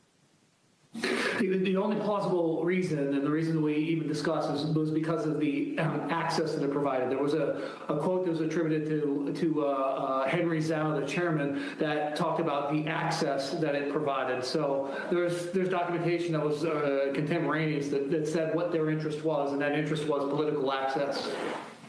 Thank you. Is it correct that Harvest Fund Management believed that Joe Biden would take a seat on that company's board after his vice presidency ended? Yes, that's correct. And there were emails to that effect around that time that were circulated by people who were there as part of those conversations, including the golf outing. Thank you. Are you aware of Hunter Biden ever speaking to his father, Joe Biden, about the plan to have him join the board of Harvest Fund Management? Yes, I witnessed that, yes. It seems clear that Joe Biden was aware of his family's use of his office and influence to do business with America's adversaries, and therefore a choice to pursue personal gain over national security. Mr. Bobulinski, is it true that former Vice President Joe Biden met with Xi Jinping, the chairman of CEFC China Energy? It is based on Rob Walker saying yes to that in a transcribed interview. I personally was not at that meeting. When did this meeting take place based on what Mr. Walker said? Yeah, in my understanding, it would have been February 2017. After they had a meeting in Miami, I believe James Gillier got on the corporate jet of CFC and flew with Yi Jianming and Director Zhang to D.C. in preparation for that meeting. After this meeting with former Vice President Joe Biden and Chairman Yi, were any payments made to the Biden family or associates? Yes, well, it gets to that point of obfuscation. $3 million was wired to Rob Walker's account on March 1st. Actually, they sent 2 wires. The first wire got kicked back, and then they sent a second wire on March 1st, 2017 to Robinson Walker, LLC. And then, as your committees walked through today, they parsed that out to the Biden family in numerous different payments. Thank you. Mr. Chairman, it is clear that Joe Biden is the common element in all of Hunter Biden's attempts to do business with China. There's a pattern emerging that the Biden family and associates, including Joe Biden himself, deliberately chose personal gain over the safety and best interest of the very Americans Joe Biden was elected to serve, protect, and defend. With that, I'll yield the balance of my time to Mr. Gates. Hunter Biden's deposition. Question. Do you think some of your business associates we've spoken about today, Mr. Archer, Mr. Bobulinski, Mr. Galanis, do you think they had an expectation that your dad had any role or involvement in any of your joint business dealings? Answer from Hunter Biden. Not an expectation from me. There was never a single time I can remember saying, hey, we'll get my dad involved. Hey, let's get my dad on the phone. Hey, let's, what can we get out of dad for this? Mr. Galanis, what's your reaction to that testimony from Hunter Biden in light of you describing the Biden lift? I think it's patently false. It's belied by emails, and I think that there's documentation that says that that's just an untruthful statement. And what I'm trying to understand, Mr. Galanis, is there you are sitting in a prison cell for a financial crime where you were an associate with Hunter Biden and some of the other players there, and they're out enjoying Southern California, and you're sitting in a prison cell, and they've got the ability to come and give this false testimony to Congress. Is it your belief that the Biden Justice Department retaliates against people who speak out against the Bidens and their crimes? I'm living that. I think to clarify, I took responsibility for my crimes. I pleaded guilty. I've served 8 years of clean conduct, and I think I've rehabilitated myself quite a bit in that period of time, and evidence, a track record. But I would say that there is unquestionably a pattern of 2 tiers of justice, and that's become a popularized term, and it's something that a lived experience that I've gone through. Yield back. Before I recognize Mr. Waltz, for what purpose does Mr. Bigg seek recognition? I want to include an article in a record. The article is entitled, Tlaib renews her, quote, impeach the MFer, close quote, call against Trump. Without objection to order, for what purpose does Mr. Gates seek recognition? Mr. Chairman, I seek unanimous consent to enter into the record the press release from the Department of Justice, Lev Parnas sentenced to 20 months in prison for campaign finance, wire fraud, and false statement offenses. Without objection, so ordered. Chair now recognizes Mr. Waltz from Florida. Thank you, Mr. Chairman, and I find it incredibly rich Mr. Swalwell is going to come to this committee and lecture us about how China penetrates our government. I think that's something he may know a thing or two about, but let's talk about how China has penetrated the highest levels of this government, including this president and this White House, because I think the visual is incredibly important. Mr. Bobulinski, Hunter Biden portrayed Chairman Yi, the chairman of CEFC, to Jim Biden as a protege of Xi. Is that accurate? Not only is it accurate, and it wasn't just Hunter Biden, it was James Gillier, Rob Walker, I wouldn't have used the word protege. They just basically, you know. You don't run China's largest state-owned energy company without being close to Chairman Xi. Correct. Right, fair enough. And by the mid-2000s, Chairman Ye ran a business empire estimated, as much as you can estimate a Chinese state-owned enterprise, tens of billions, including, and from a national security standpoint, this is the critical piece here, including implementing China's Belt and Road Initiative, not just all over the world, right here in the United States. Is that accurate? 100%. So CFC was effectively the shadow arm of the Chinese government deploying tens of billions of dollars around the world, very well documented. At its peak, I think it was doing $50 billion of revenue per year, one of the top 5 largest. Debt diplomacy, where they are taking electrical grids, they are bribing officials, they take as collateral, not just grids, ports, airports, key infrastructure that the Chinese government could then leverage and use against any country, but also here in the United States. I mean, that's how the Belt and Road Initiative works. Heck, I was just in the Armed Services Committee with the commander of Indo-PACOM, our Pacific Command, talking about how China is basically gobbling up infrastructure around the world, including here. So by the mid, 2015, 2016, Hunter Biden's developed a very lucrative business relationship.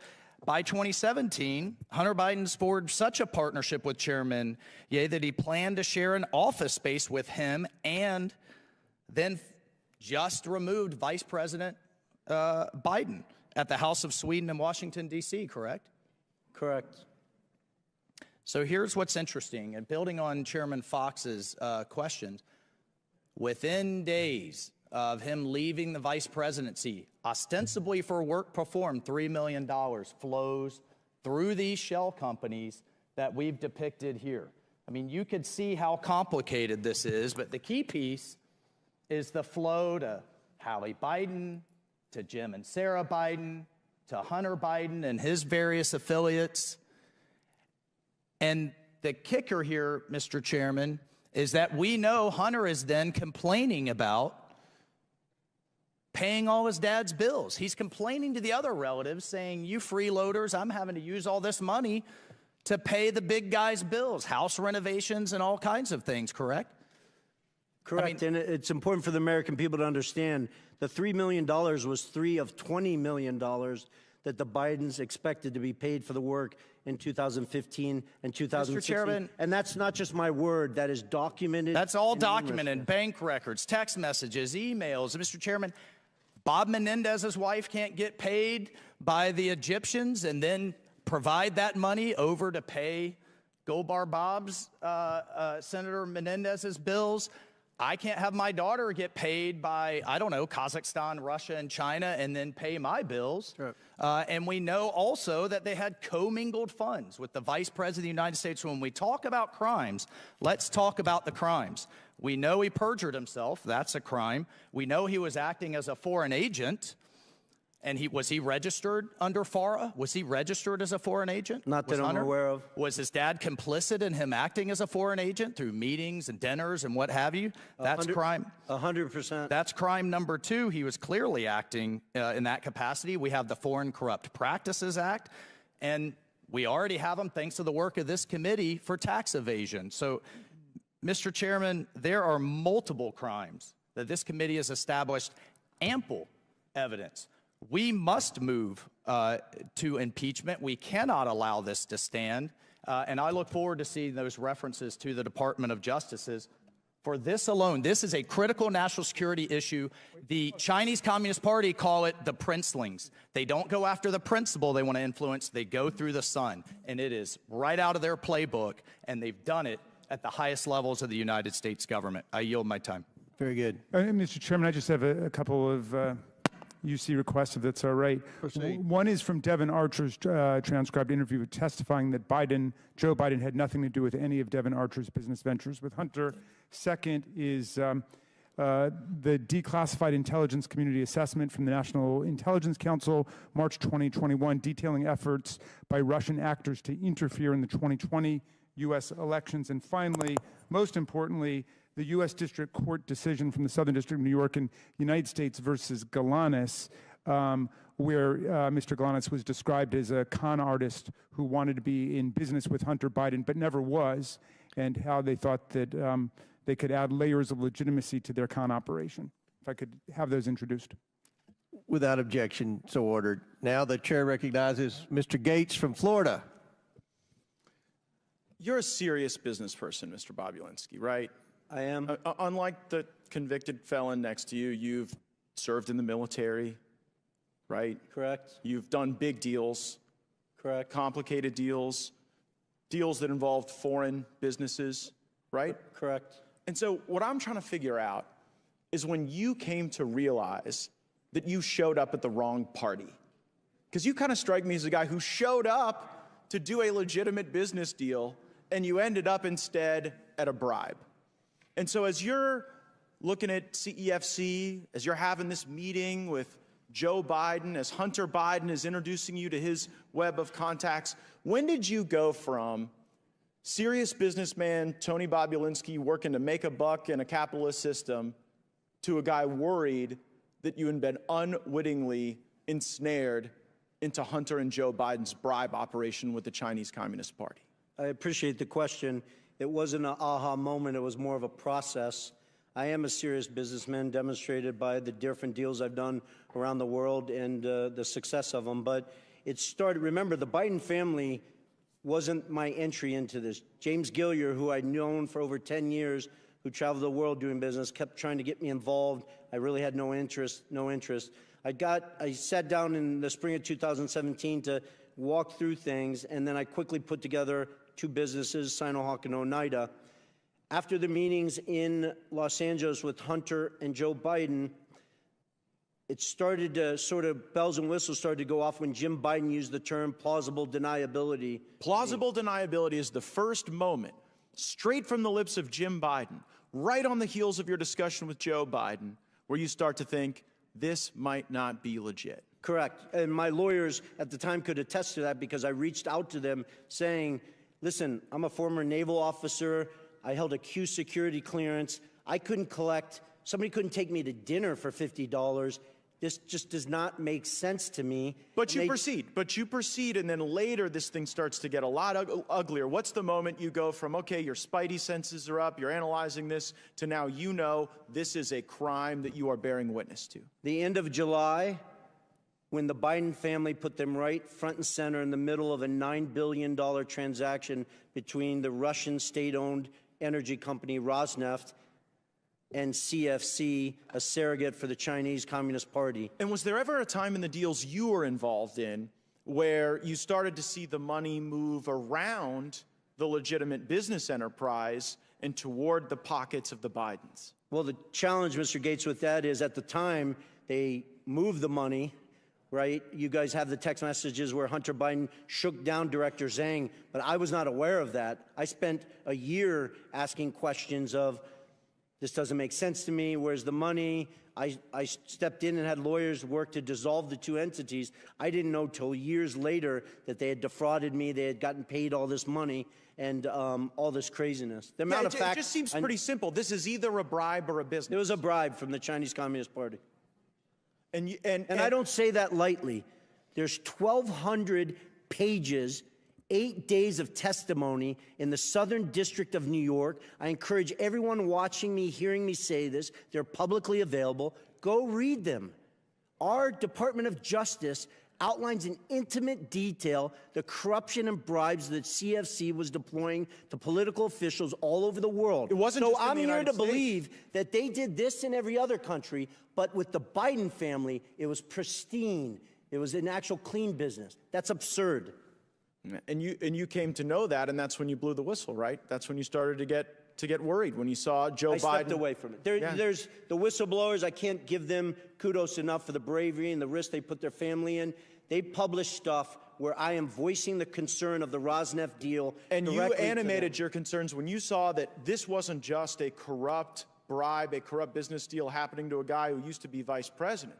When you see that Joe, everyone's made a big deal like you're a bad guy, that you showed up at the debate, or you're trying to give life to these facts that you've observed, that it's so bad that you did that during a political contest. But observing this, it kind of seems like it would be unpatriotic for you to stay quiet. Of course. And so, I mean, Joe Biden running for president clearly motivated the Chinese to consummate this bribe. Did it also motivate you? Well, I didn't want to go public. I wanted to simply unload all the facts, personal experiences. It's funny, there's 18 people on this committee with law degrees, including, I think, Mr. Swalwell. Evidence, firsthand testimony, is the most powerful evidence you have. I've given it, Mr. Galanis has given it, along with a whole host of other witnesses. Then, on top of that, I have thousands of documents and pages of legals and stuff like that. That's what's interesting, I wanted Mr. to simply Bobulinski. give this information. Yeah, Congressmen and senators. No and one let them questioned do any their of your job. facts. Yeah. No one brought a single piece of evidence that even for a moment discredited any of the truthful testimony that you've given us. No, they my did time's not. expired. I yield back. Gentleman yields back. That concludes our questioning. Again, want to thank the witnesses. We are going to close now, and I will yield to the ranking member for a brief closing statement. Great, and I'll take an extra 32 seconds as Mr. Gates did.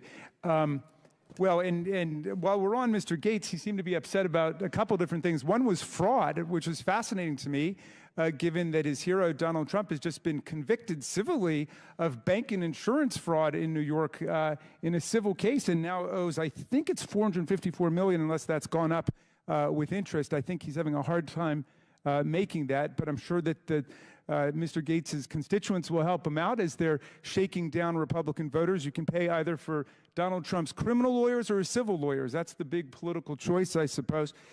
He's also upset about China. Well, if you check out the Democrats' report, White House for Sale, how princes, prime ministers, and premiers paid off President Trump, you'll find that China actually gave more than $5 million to Donald Trump while he was president of the United States in direct violation of the Emoluments Clause, which says that nobody in federal office shall accept a present, an emolument, which means a payment, an office or title of any kind whatever from a king, a prince, or a foreign state. And we spent the day, again, jawboning about Hunter Biden, who has never held public office, and he's never done business with a government. And yet we have right in front of us, in front of our very eyes, mammoth corruption, unprecedented in U.S. history by Donald Trump as president. And my friends don't say a single word about it. But he wants to lecture Mr. Parnas about the illegal donations he made on behalf of pro-Trump super PACs.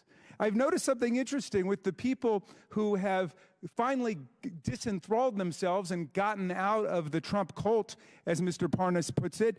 People like Michael Cohen, Sarah Matthews, Cassidy Hutchinson, Alyssa Griffin. There's articles about them. There are dozens of those people, and I'd be fleeing for the exits now, too. What's so fascinating to me about it is that they don't mind when these people lie for Donald Trump.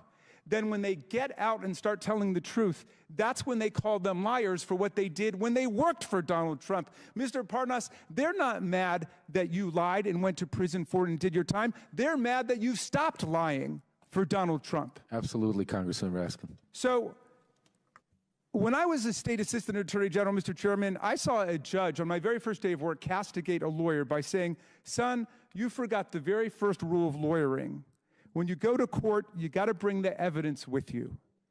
You forgot to bring the evidence. There's no evidence. Hundreds of thousands of pages of documents, dozens of hours of testimony, but not a shred of evidence of presidential wrongdoing, much less an impeachable offense by President Biden. And you're making not just the majority a laughingstock, the whole committee a laughingstock. So it's hurting us. My members are saying, when will they call off this nonsense? So here we are. Again, Mr. Parnas, I want to thank you. You have explained to America that the allegations at the very foundation of this inquiry were predicated on Russian propaganda and disinformation, just as they were at the start of the hit job that you and Rudy Giuliani were sent to do back in 2018 and 19. And I want to thank you for showing America what real intellectual honesty and personal honesty look like, and how you can grow out of the deranged Trump syndrome that so many of our colleagues are still suffering from today. It's time to call this investigation for what it is, Mr. Chairman. It's not just an embarrassing failure and an historic failure at that, but it's an historic betrayal of democracy, freedom, and the rule of law as Vladimir Putin tramples the freedoms and the democracy of people in Ukraine. We should be spending our time standing up for democracy and not tarnishing it with spectacles like this. I yield back. I should have brought my waiters from the farm. I want to thank our witnesses for being here today. Mr. Bobulinski, Mr. Galanis have delivered testimony in front of the American people directly implicating President Biden and his family's influence peddling schemes that brought over $24 million into the Biden family and their business associates' pockets. For what? I never heard the minority say what they did or what business the Bidens were in. Mr. Bobulinski and Mr. Galanis have provided documents supporting these claims and provided hours of testimony to this committee. Mr. Bobulinski and Mr. Galanis have not changed their stories. Mr. Bobulinski and Mr. Galanis did not ask for this hearing, but they showed up for it because they have nothing to hide. I also invited Hunter Biden to this hearing, in part due to his own request that he be allowed to provide transparency and testimony before the American people. Or at least he did request this hearing, and then he sat for a deposition with the Oversight and Judiciary Committees. Now he's nowhere to be found. Mr. Bobulinski, Mr. Galanis, and others have implicated Joe Biden in the Biden family business. Hunter Biden denies his father's role in the Biden family business. This is a material discrepancy among witnesses of the highest order. I attempted to solve this problem by getting the witnesses in the same room together to straighten out any misunderstandings. It should be clear to the American people that Hunter Biden's word is as valuable as the fake services he was selling. And this committee will not play games or belittle the institution of Congress by allowing Hunter Biden to call the shots about who he testifies with or when he does it. At this point, the only person who can resolve this discrepancy about Joe Biden's participation in his family's influence peddling schemes is Joe Biden himself. As I said at the beginning of this hearing, Joe Biden was either used by his family over and over again and paraded in front of his business partners to rake in millions of dollars, or he knew exactly what he was doing to enrich his family. Joe Biden was either complicit or incompetent. And the American people deserve to know which one it is, which one it was. But neither is acceptable for the leader of the United States. I don't think anyone believes that this is acceptable behavior for the family of the President of the United States to receive tens of millions of dollars from our adversaries around the world, and they can't say one single thing they did to receive the money. Nobody supports that. I don't care if you're Democrat or Republican, if you're from a big city or a small town. That's not what this democracy is about. That's not what the founding fathers set up. They set this up that we have public servants come and provide their public service and then go on. They did not set this up for public servants to enrich themselves through their family, through influence peddling. No one is denied. Is anyone denying, Mr. Raskin, that the Biden family was influence peddling? Nobody denies that the family was influence peddling. What we have here is a major discrepancy on what role Joe Biden played. We know the three former Biden associates say that Joe Biden was actively involved and knew full well what the schemes were, what the family was up to. But we have Hunter Biden testifying under oath that his dad didn't know. So in the coming days, I will invite President Biden to the Oversight Committee to provide his testimony and explain why his family received tens of millions of dollars from foreign companies with his assistance. We need to hear from the President himself. And I assure the American people that they will be able to evaluate for themselves the President's honesty and fitness for the office he now holds. With that, Mr. Chairman, are you going to invite Donald Trump to come and talk about his violations of the Emoluments Clause? You all have investigated Donald Trump for years, and I'm pretty sure I've read in the paper that there's a lot of investigations of Donald Trump. No one's investigated. Well, we Joe impeached Biden. him. You were invited to impeach Joe Biden today. Are you supporting, are you going to work with me to see that Joe Biden comes and answers these discrepancies? I mean, this is a big deal. There's no discrepancies. There's not No been, discrepancies. No, there's no evidence at all that he's committed any high crime and misdemeanor. What is it? In closing, I want to thank our panelists once again for their important and insightful testimony today. With that and without objection, all members will have 5 legislative days within which to submit materials and to submit additional written questions for the witnesses, which will be forwarded to the witnesses for their response. If there is no further business, without objection, the committee stands adjourned. The meeting will come to order. I want to welcome everyone here this morning. Without objection, the chair may declare a recess at any time. Without objection, Chairman of the Ways and Means Committee, Mr. Jason Smith of Missouri, Representative Matt Gaetz of Florida, and Representative Eric Swalwell from California are waived onto the committee for the purpose of questioning the witnesses at today's committee hearing. For today's hearing, opening statements will be limited to 10 minutes for the chair and 10 minutes for the ranking member. The chair also notes that points of order pertaining to the engaging of personalities against the president will not be in order for the duration of today's hearing. Given that this is a hearing regarding this committee's impeachment inquiry, members must be allowed to speak frankly. The chair now recognizes himself for an opening statement. Today, the House Committee on Oversight will hear from witnesses who have previously provided information during our deposition and interview phase regarding the Biden family's business practices in China, Ukraine, Russia, and other places around the world. At the start of this Congress, the Oversight Committee has investigated what product or service the Biden family and their associates were selling that would justify over $24 million in payments. We've reviewed emails, bank records, text messages, suspicious activity reports at Treasury, and other evidence normally compiled during an expansive investigation such as this. The Oversight Committee has found no credible evidence of the Bidens providing any work product. The committee has identified no legitimate value or document or even one single hour of work the Bidens have provided their business partners. Nothing. What is apparent after over a year of investigation is that the Bidens do not work in any traditional sense of the word. They do not work as consultants or lawyers or advisors. The Bidens don't sell a product or service or a set of skills. The Bidens sell Joe Biden. That is their business. For months, we have heard Democrats desperately proclaiming that witnesses have told this committee that Joe Biden had no involvement in his family's business dealings. But where are those witnesses today? It's telling. Democrats haven't invited one of these witnesses to today's hearing. That's because they know their testimonies would not withstand public scrutiny.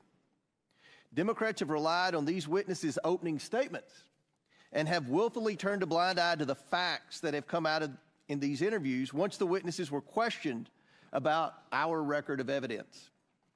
Democrats now must rely on bringing in a distraction witness to talk about nonsense, and who can't talk about any of the facts brought by today's witnesses who worked with the Bidens. Now, President Biden cannot control his adult son. He cannot control his brother, his sister-in-law, or his 9 family members who have received money from these transactions. All President Biden can do is control his own actions, and that is what we are here today to discuss with the witnesses. Because in the course of this investigation, we have learned that Joe Biden has taken action after action to further his family's plans to get rich. He shows up to meetings, gets on phone calls, shakes hands and tells people to, quote, look after my family. He goes to dinners with foreign oligarchs and a Ukrainian executive paying his son millions of dollars. He gets paid with money from Chinese businessmen who he has meetings with and tells other business associates he'll see what he can do to help their situations. He writes letters of recommendation for foreign business associates' children. The scam is simple. The Biden family promises they can make a foreign partner's problems go away by engaging the U.S. government. The problems can be anything: a Ukrainian corruption investigation, moving Russian money to the United States, a Romanian criminal prosecution, access for China to American energy sources. Joe shows up, shakes a few hands in front of his son, and says, quote, "Take care of my boy," or something similar. And the money flows to the tune of tens of millions of dollars. It's done over and over again. The Biden family promises Joe's power. Joe Biden shows up, and millions of dollars come into the Biden's pockets. Joe Biden is the family's closer. How could he not be? The Bidens aren't doing any other work for these foreign companies that would warrant tens of millions of dollars. There are only two explanations for this. The first is that Joe Biden knows exactly what he's doing and knows a handshake, a wink, and a smile is enough for him to maintain, as Jim Biden famously calls it, plausible deniability. Or Joe Biden is being led around by his family and has no idea who he's meeting with or what message he is sending, and is truly an elderly man with a poor memory. There's no other explanation. Either Joe Biden is complicit or Joe Biden is incompetent. Since becoming chairman of this committee in January 2023, I've promised the investigation into the Biden family's influence peddling would be based on bank records, witness testimony, and verifiable facts. After years of Democrats using this committee as a mouthpiece for every conspiracy theory they could find, like the Russian collusion hoax, under my leadership, the committee has returned to real investigations. If Democrats want to spin another Russian hoax, I will ask them to answer one question. What services did the Bidens provide to earn them and their business associates over $24 million? What did they do for the money? Democrats have the same bank records as we do, and bank records do not lie. The witnesses today are here to talk about Joe Biden. Republicans are here to talk about Joe Biden. If Democrats wish to spend their time beclowning themselves with another Russian collusion hoax for the sake of protecting President Biden, they can do so. As I said I would, I've invited Hunter Biden here today to sit alongside his business associates and provide his side of the story. Hunter Biden demanded a public hearing. I've given him one. Maybe he will show up. He has said he isn't, but he loves saying one thing and doing another. At some point, Hunter Biden saying one thing and doing another begins to reflect poorly on his ability to tell the truth at all. But this hearing is not about Hunter Biden. This investigation is not about Hunter Biden. It's about Joe Biden and the lies he continues to tell the American people. With that, I yield to Ranking Member Smith, or Chairman Smith. Thank you, Chairman Comer and Ranking Member Raskin. From the beginning of this investigation, we've made clear that we will follow the facts wherever they lead. The facts have led us to two conclusions. One, the Biden family has for years traded on Joe Biden's name in order to rake in millions of dollars, often doing so with his direct knowledge and clear involvement. Two, President Biden has been continually dishonest with the American people about his knowledge of his family's business dealings. We have testimony from multiple witnesses that Joe Biden was the brand. He knew what his son and brother were doing and did nothing to stop it. That alone makes him complicit in a scheme to make money off of his public service. But he was not just complicit. He was, as one of today's witnesses has testified, an enabler of this activity. The evidence of the two IRS whistleblowers who came to the Ways and Means Committee has been affirmed by volumes of material provided to Congress, by the testimony of others, and even by the Department of Justice, who finally brought charges against Hunter Biden that mirror those called for by the IRS investigators. The evidence obtained shows that, one, Joe Biden met with his son's business partners on multiple occasions. He used an alias to exchange dozens of emails with his son's bookkeeper. He took official government action that suspiciously coincided with those meetings and correspondence. The connections between Joe Biden and his son's business practices extended even to the Biden 2020 campaign. At the height of the Democrat primary, Kevin Morris, a Hollywood lawyer who met Hunter Biden at a Joe Biden campaign fundraiser, paid off Hunter Biden's tax liabilities because there was, in his words, quote, risk personally and politically. If that matter was not swept under the rug, investigators that were interested in pursuing a potential criminal campaign violation were told to stand down. The Biden family relied on the Biden brand so much that evidence has revealed that Hunter Biden believed that, quote, all this stuff, meaning his legal troubles, would all go away when his dad became president. Why did he believe that? Because for years, the Biden family has personally benefited from Joe Biden's position of power. Joe Biden knew this, he did nothing to stop it, and he lied about it. I yield to Jim Jordan, Chairman Jordan. I thank the gentleman. Who planted the pipe bombs on January 6? Nobody seems to know. Who leaked the Dobbs draft opinion? You know, the leak that led to an assassination attempt on Justice Kavanaugh. How about this one? Who left cocaine at the White House? Biden administration doesn't seem to have time to answer these questions. They're too busy investigating parents at school board meetings, labeling Catholics extremists, retaliating against whistleblowers. They're too busy putting together a sweetheart deal for Hunter Biden, a deal that got laughed out of court. And oh, the guy who put together the deal that got laughed out of court, that's the guy they name special counsel. You know what Democrats do have time for? Going after President Trump. They've been doing it for 8 years. They spied on his campaign. Then it was the Mueller investigation, 19 lawyers, 40 agents, $30 million, and found nothing. Then it was impeachment. Then it was raid his home. Then it was a special counsel. Then it was the 14th Amendment. The party of democracy said, we're going to keep the guy off the ballot who's leading in every single poll. The ranking member said that President Trump should be disqualified from even running for office. Thank goodness we have a Supreme Court who disagreed with the ranking member and the Democrats. 9-0. Not 5-4, not 6-3, not 7-2, not 8-1, 9-0. They disagreed. Now Democrats say, how dare Republicans investigate Joe Biden? How dare they look into the money, the business, and the brand? Millions of dollars, as the chairman said, millions of dollars from foreign entities run through 20 different companies for what? 20 different companies for what? Devin Archer told us what it was for. Access to the brand. And the brand was Joe Biden. The brand that played rounds of golf, took calls and meetings, attended lunches and dinners with Hunter Biden and his business partners. The brand that said, the brand that conditioned $1 billion of American tax money on the firing of the prosecutor pressuring the company Hunter Biden sat on the board of. And oh, by the way, was getting paid $1 million a year. Today, we're going to learn more about that brand. We're going to learn more about what Mr. Galanis called the Biden lift. We'll learn about the plausible deniability that Jim Biden talked to Mr. Bobulinski about. And we'll hear about the statement, the rule that governed how the business operated around Joe Biden. The rule that said, say it, forget it, write it, regret it.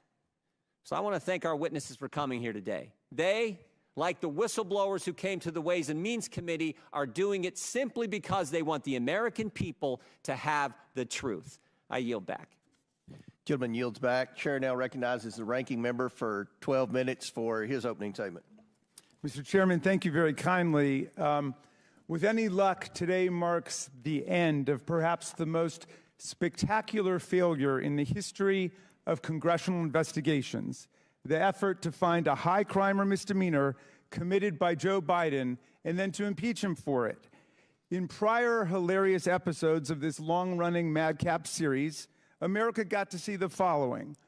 1, nearly 20 fact witnesses who could not identify a single act of wrongdoing by President Biden, much less a high crime and misdemeanor, and who overwhelmingly testified that Biden was not involved in any of his family's business adventures. Two, 3 expert witnesses called by the majority itself who said nothing that they had seen in the tens of thousands of pages of documents adduced by the majority even remotely approached the level of a high crime and misdemeanor.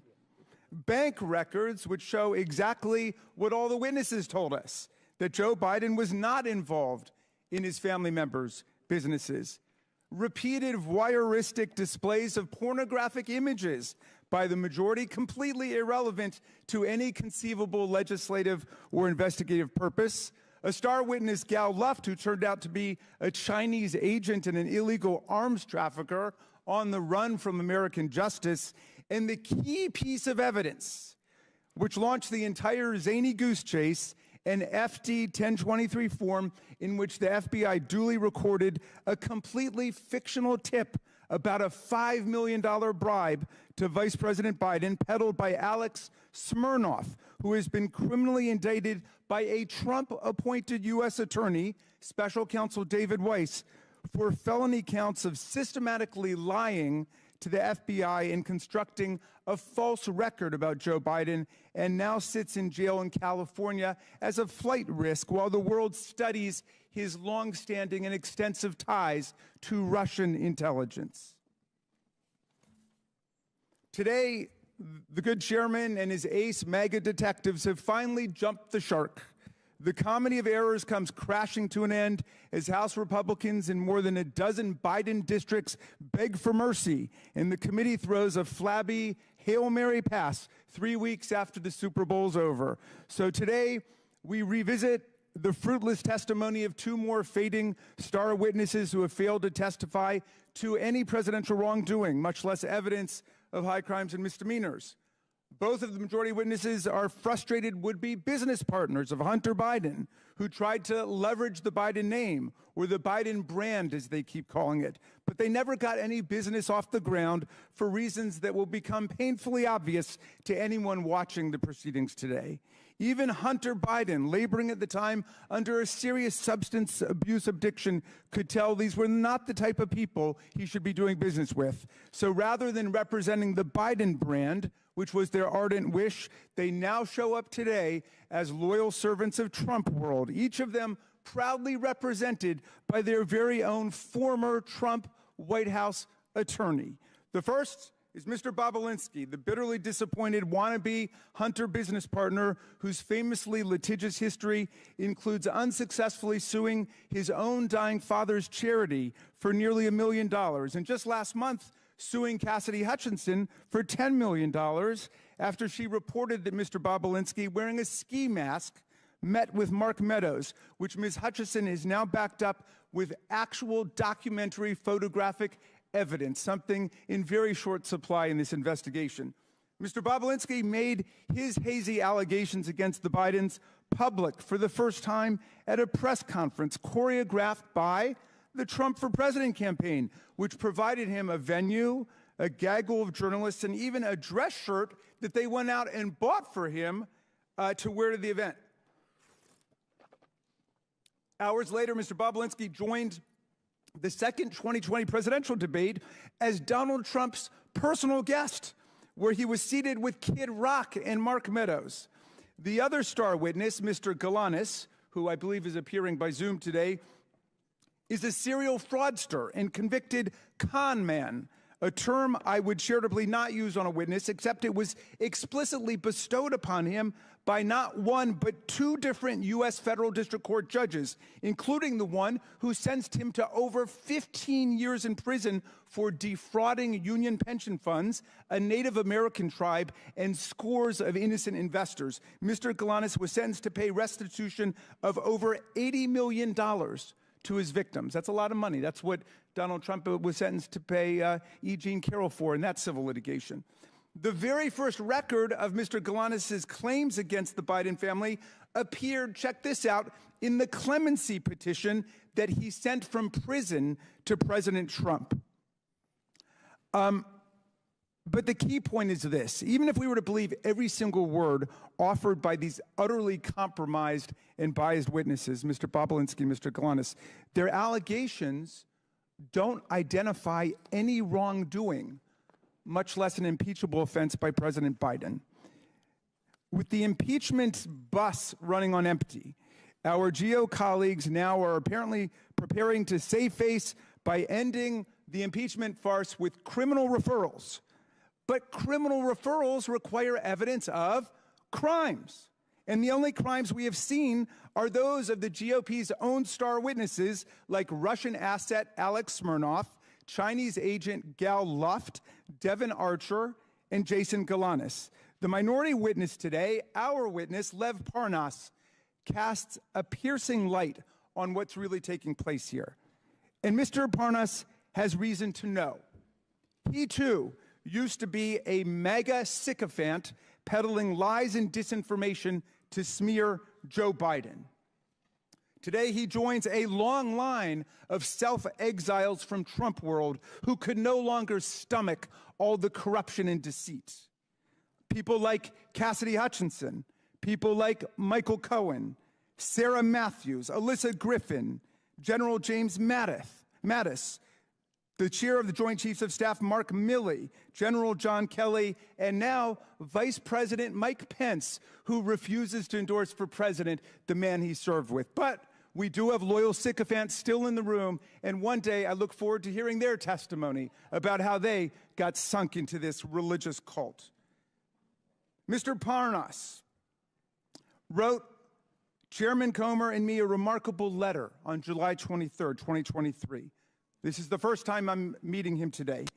He was Rudy Giuliani's right-hand man, his globe-trotting business partner and language interpreter in the mission to manufacture Ukraine and Burisma-related dirt and smears against Joe Biden in 2018 and 2019. He spent all of his time traveling around the world trying to stage evidence against Joe Biden. In his letter, Parnas explains that the desperate search to find evidence of any kind of Biden corruption was a complete and total bust because there was no evidence to find. He wrote to tell us that not only is there no evidence in Ukraine that Joe Biden did anything improper, but more darkly, the manic search for a smoking gun against Biden became a mission to invent and concoct evidence out of thin air with the active help of Russian intelligence assets and agents. A man, I'm getting to Russia. You haven't heard anything yet, Mr. Chairman. A man who has reckoned with his own moral descent into Trump world. Lev Parnas is ashamed of what he did to serve the interests of Russian propaganda and Putin's lies. And he wants America to know the truth. He can explain how the Russian-stimulated conspiracy theories and lies that he promoted with Rudy Giuliani live on in the tiresome fabrication spread by Alex Smirnov and now repeated by this committee like Pavlov's dog.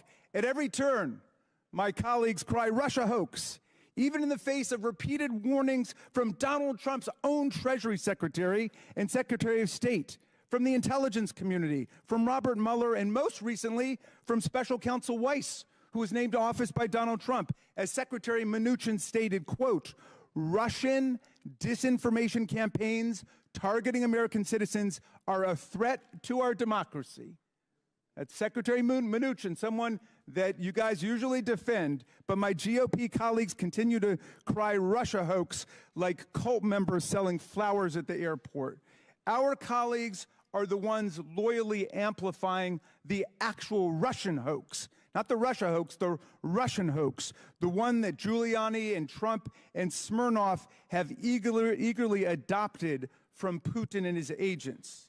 They participate in this hoax while they shamefully block $60 billion in military assistance to President Zelensky and the besieged Ukrainian people, 5 years after Trump and Giuliani tried to shake President Zelensky down for counterfeit dirt on Joe Biden. And while they continue to parrot these transparent Russian lies, Vladimir Putin wages his bloody aggressive war on Ukraine filled with atrocities like the mass kidnapping of children and the rape and slaughter of civilians. The MAGA right's wholesale adoption of this Russian hoax and their sellout of the Ukrainian people by the MAGA right is an historic betrayal of democracy, freedom, and the rule of law. But the defense of democracy begins with fidelity to the truth, and the oversight Democrats, America's truth squad against this disinformation, is here today to set the record straight. I yield back to you, Mr. Chairman. I would now like to introduce our witnesses. Mr. Tony Bobulinski.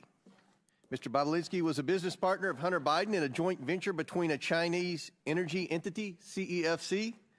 Mr. Bobulinski sat for a transcribed interview with the committee on February 13, 2024. Mr. Lev Parnas. Mr. Parnas was not a business associate of the Biden family. Mr. Parnas is an entrepreneur, a political activist, and an author. And Mr. Jason Galanis. Mr. Galanis was a business partner of Hunter Biden. Mr. Galanis sat for a transcribed interview with this committee on February 23, 2024. We asked the Bureau of Prisons to make him available in person today. They would only provide Mr. Galanis for virtual testimony. Notably, Mr. Galanis applied for CARES Act home confinement, and after a lengthy approval process, was approved for home confinement on June 9, 2023. On June 12, 2023, I issued a subpoena to Devin Archer for testimony. On the following day, June 13, 2023, Mr. Galanis' approval was reversed as a result of Department of Justice's intervention. So Mr. Galanis has remained in a federal prison facility. He is currently in Montgomery, Alabama. Mr. Galanis, can you please state for the record who else is in the room with you? Yes, Chairman, my counsel and advisor, Mark Paletta, and Nicholas Wise. Thank you. Pursuant to Committee Rule 9G, the witnesses will please stand and raise their right hands.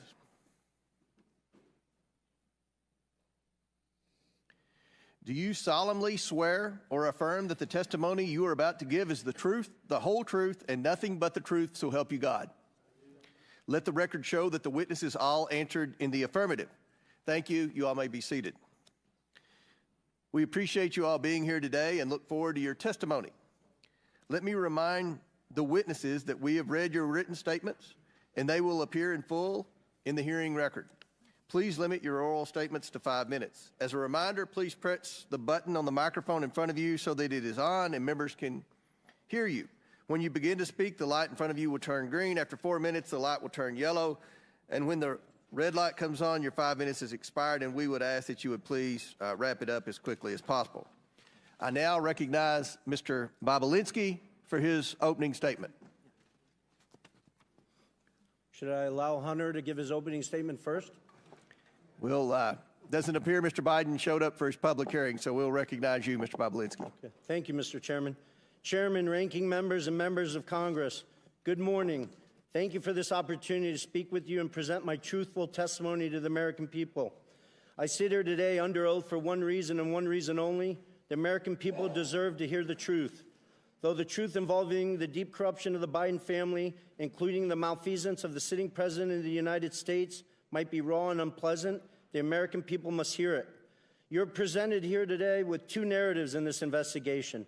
A false one being pushed by Joe Biden, a serial liar and fabulous, now under this impeachment investigation for public corruption. His brother, Jim Biden, a 75-year-old man who can't keep his lies straight, including under oath. And his son, Hunter Biden, a chronic drug addict facing 2 indictments with 12 counts. You also have before you the truth, confirmed by multiple Biden family business partners over many years and backed up by mountains of irrefutable evidence, including text messages, emails, documents, recordings. I am the only Biden family business partner with an impeccable military record. I'm grateful that this country has given me the freedom to be successful. I worked hard to become independently wealthy. I've taken several businesses public, sold multiple businesses to some of the world's best private equity firms. In fact, my business success is why they sought me out. However, what they have done is repugnant to me. I am here today because I'm a patriot and I'm a truth teller. We keep hearing from certain corners that our democracy is at risk and democracy is on the ballot in 24. Yet the same people preaching this mantra know better. They continue to lie directly to the American people without hesitation and remorse.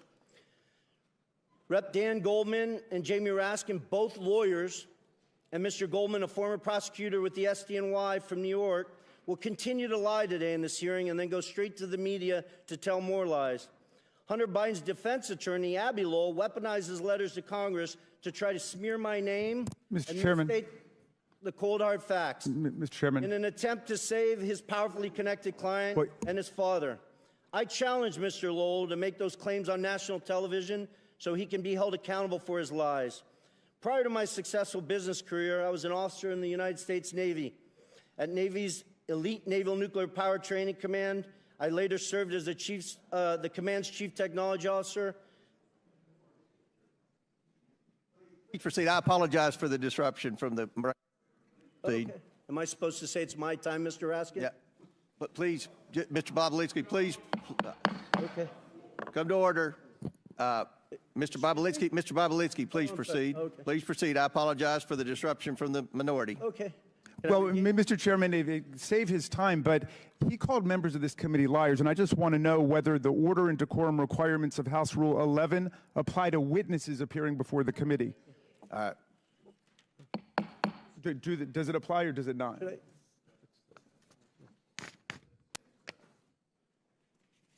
Should I address? I don't.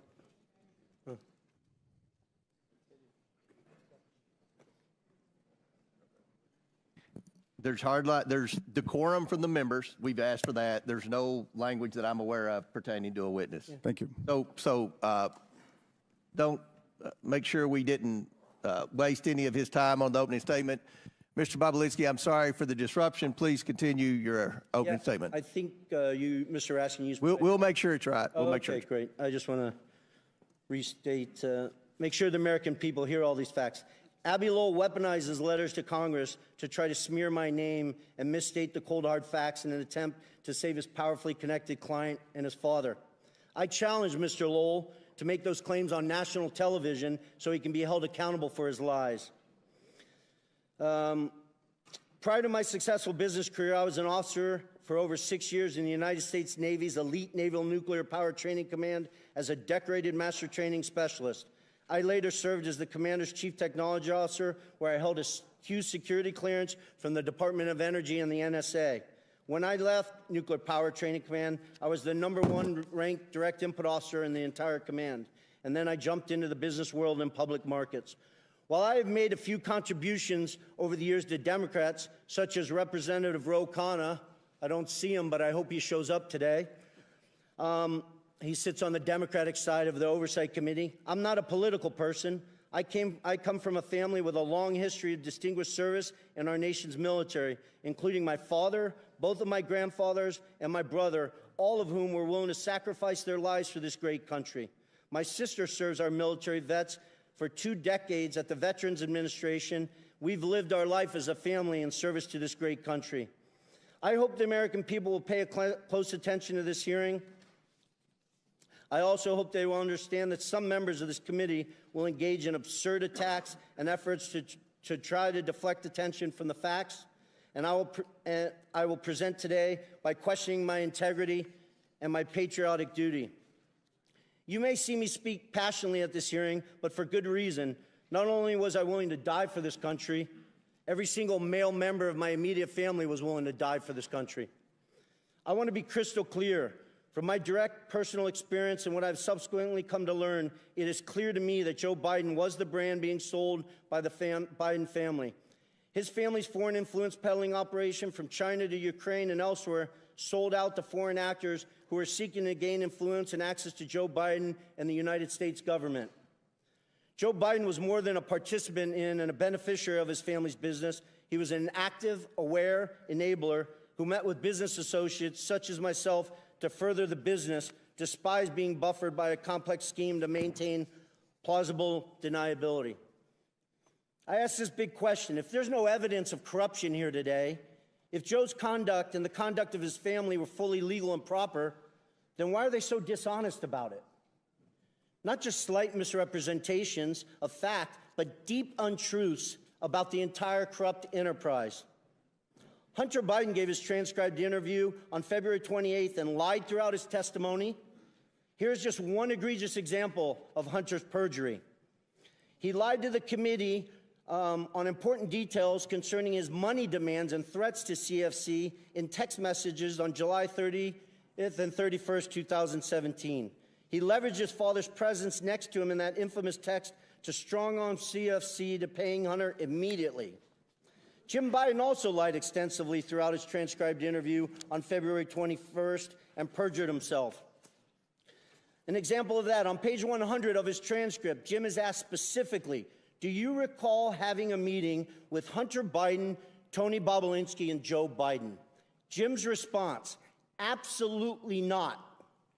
The committee was so shocked by his perjury that they asked him the same question multiple times. Each time he denied meeting with me and Joe Biden.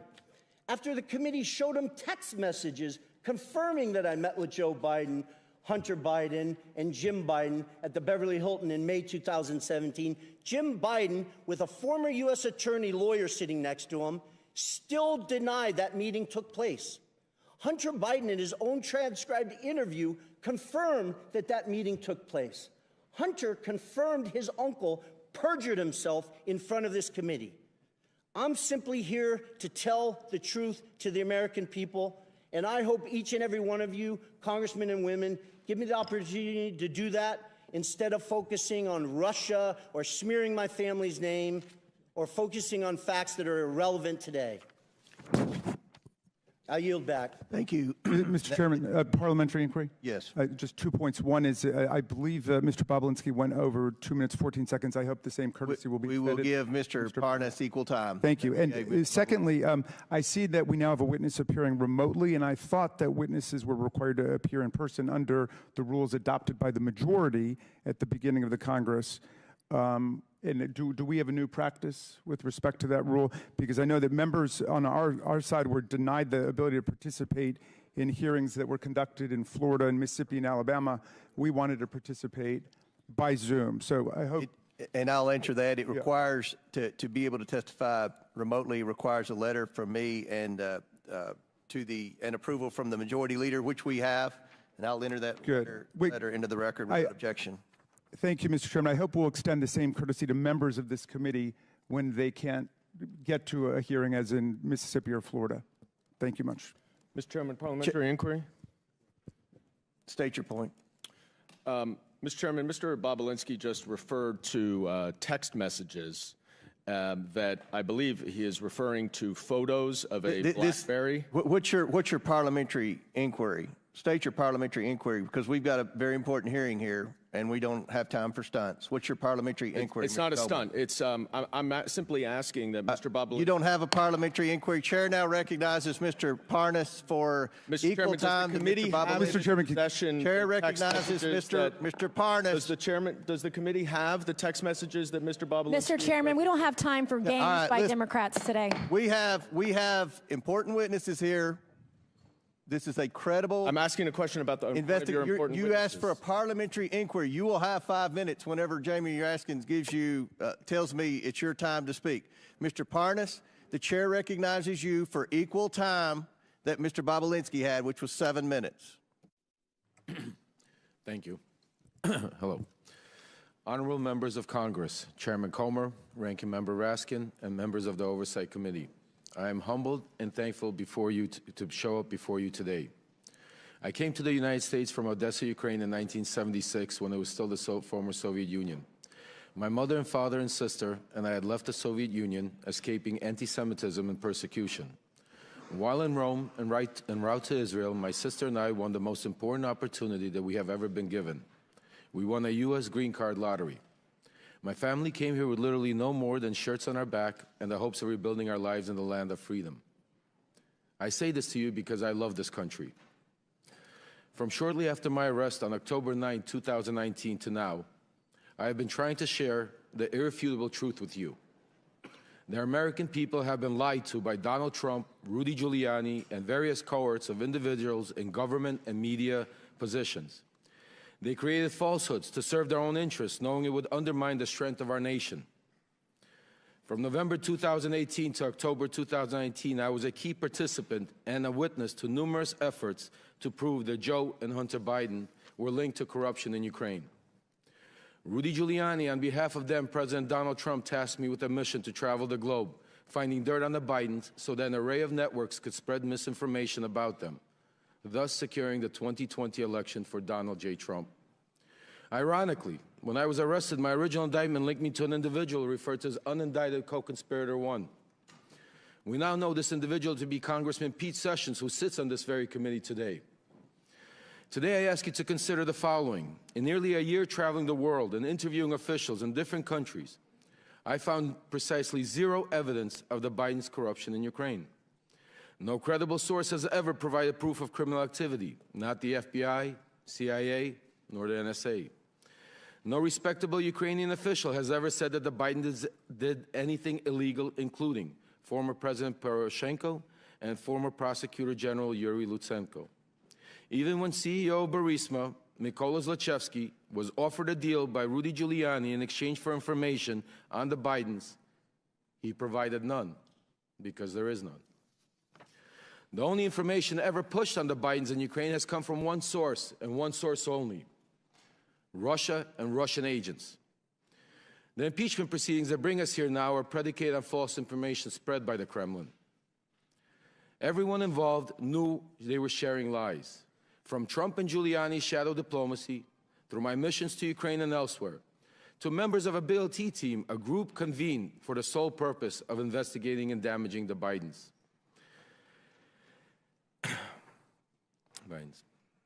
Everything was for the ultimate benefit of Donald Trump and thereby Vladimir Putin.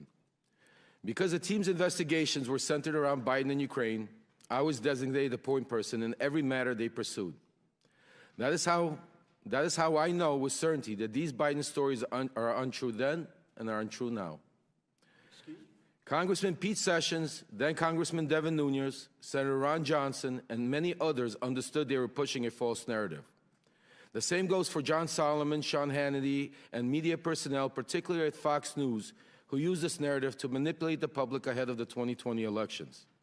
Sadly, they are still doing this today as we approach the 2024 elections. We cannot separate this conspiracy from the Russian-Ukraine war because Trump has no intention to keep aiding Ukraine. Without the support of the United States and NATO, millions in Ukraine will suffer and die. If we allow Russia to defeat Ukraine, eventually that suffering will reach American shores. Today, I admit my own wrongdoings. I have been a convicted federal election campaign and fraud crimes and served my sentence. I do not hide that from reality. It is part of my truth. Despite rigorous attempts by those in power to silence me, I will be silenced no longer. Thank you to the committee for allowing me to speak. I look forward to answering any and all of your questions. Thank you. Chair now recognizes Mr. Galanis for his opening statement. Chairman Gomer, Ranking Member Raskin, and members of the committee, my name is Jason Galanis. I was a business partner of Hunter Biden and Devin Archer, among others, during the years of 2014 and 2015. Our business included the acquisition of 85-year-old Wall Street firm Burnham & Company, the $1.5 billion surviving division of Drexel Burnham Lambert. Our objective was to build a diversified private equity platform, which would be anchored by globally known Wall Street brand together with a globally known political name, Biden. Our goal, that is Hunter Biden, Devin Archer, and me, was to make billions, not millions. The entire value add of Hunter Biden to our business was his family name and his access to his father, Vice President Joe Biden. In 2014, we believed that the Burnham enterprise would be significantly enhanced by forming a partnership with Harvest Fund Management, a $300 billion Chinese financial service company closely connected to the Chinese Communist Party. This effort was led by Hunter Biden's contact with Henry Zhao, the Harvest chairman. Mr. Zhao was interested in this partnership because of the game-changing value add of the Biden family, including Joe Biden, who was to be a member of the Burnham Harvest team post-vice presidency. My lawyers provided the committee a drafted email dated August 23rd, 2014, drafted for Hunter Biden that reflects this understanding. It states, and I quote, "Michael, please also remind Henry Zhao of our conversation about a board seat for a certain relation of mine. Devin and I golfed with that relation earlier this week, and we discussed this very idea. And as always, he remains very, very keen on the opportunity, end quote. I'm certain that this phrase, a certain relation of mine, refers to Vice President Biden. Devin told me about this golf course conversation shortly after it happened.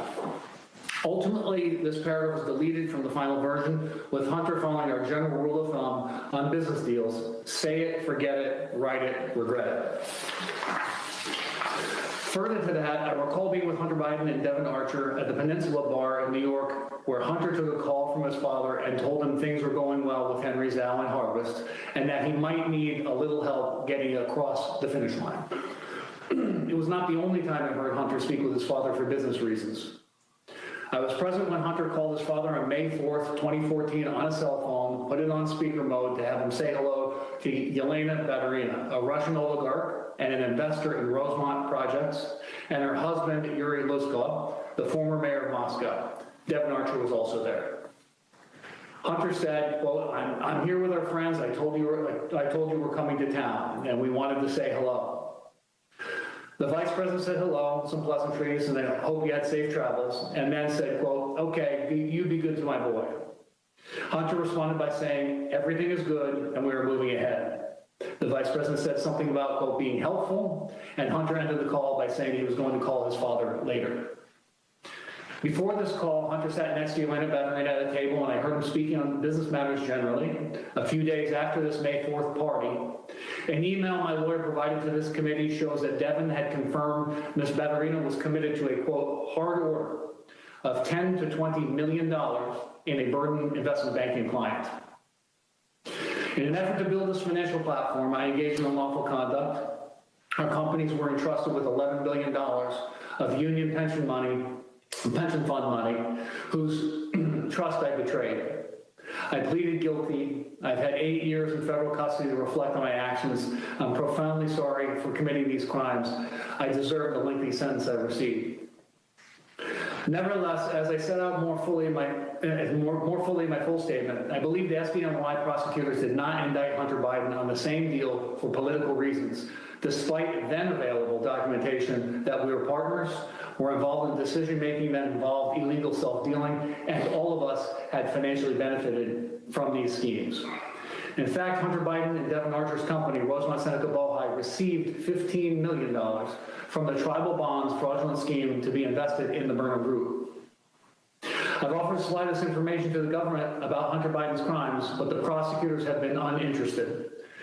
And my request for commutation I filed in DOJ in December 2020 did provide information about Hunter's culpability. The DOJ has retaliated against me and vigorously objected to my being placed in home confinement pursuant to the CARES Act. I applied for home confinement on February 4th, 2023, and I was approved on June 9th. On June 12th, this committee issued a subpoena for Devin Archer, and the BOP reversed my approval on June 13th, with the SDNY prosecutors strongly objecting to my release. I've been appealing this reversal, and with each stage, the BOP reason for my denial has changed.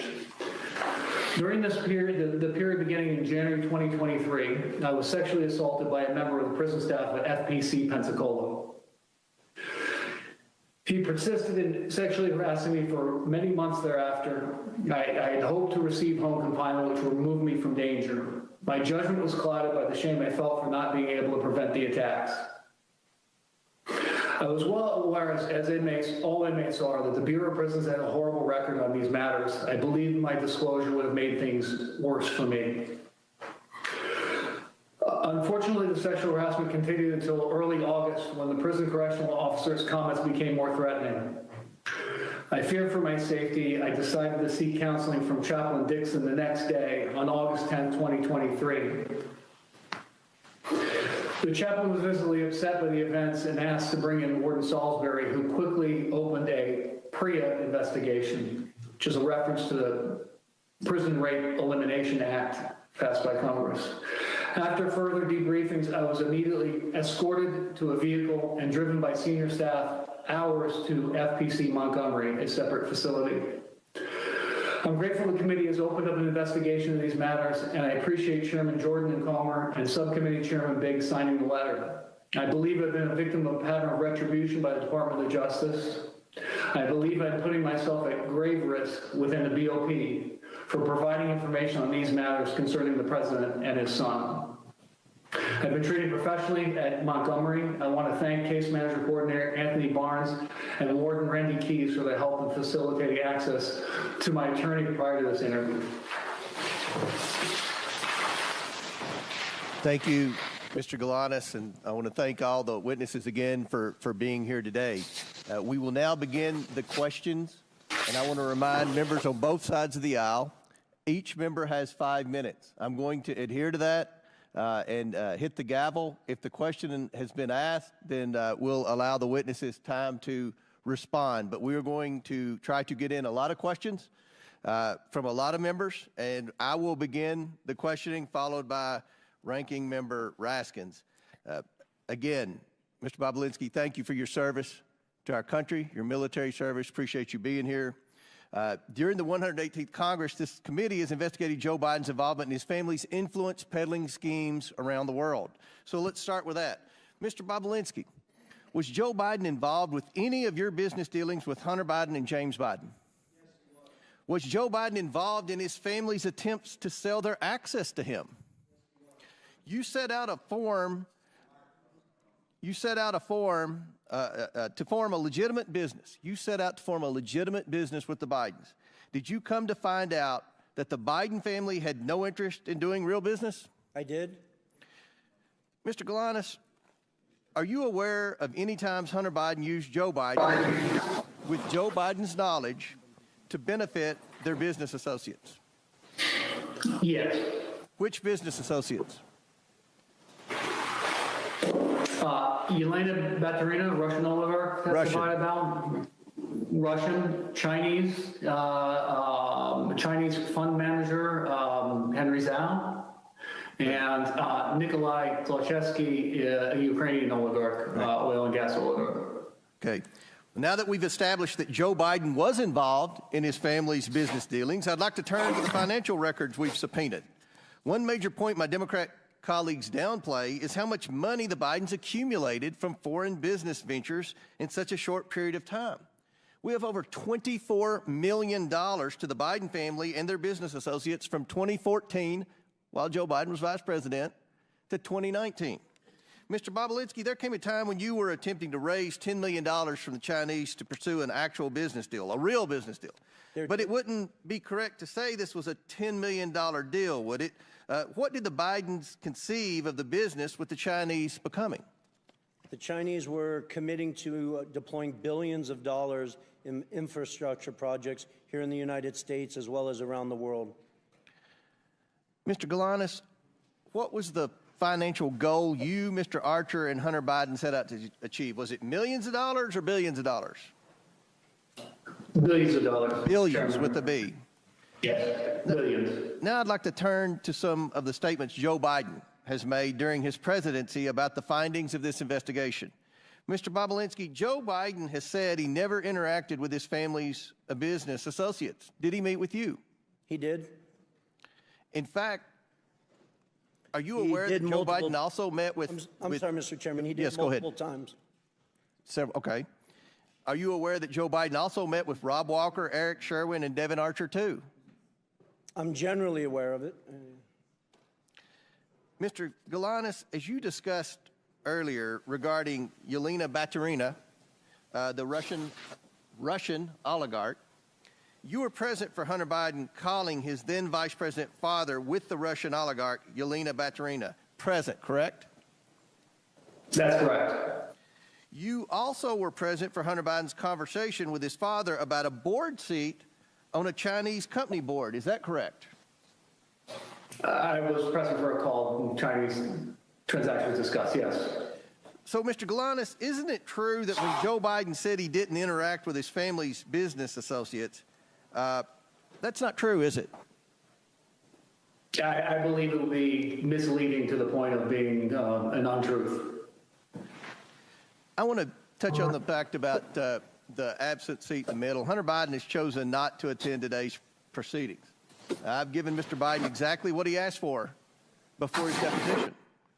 It's clear that Hunter Biden knows his testimony would not withstand public scrutiny.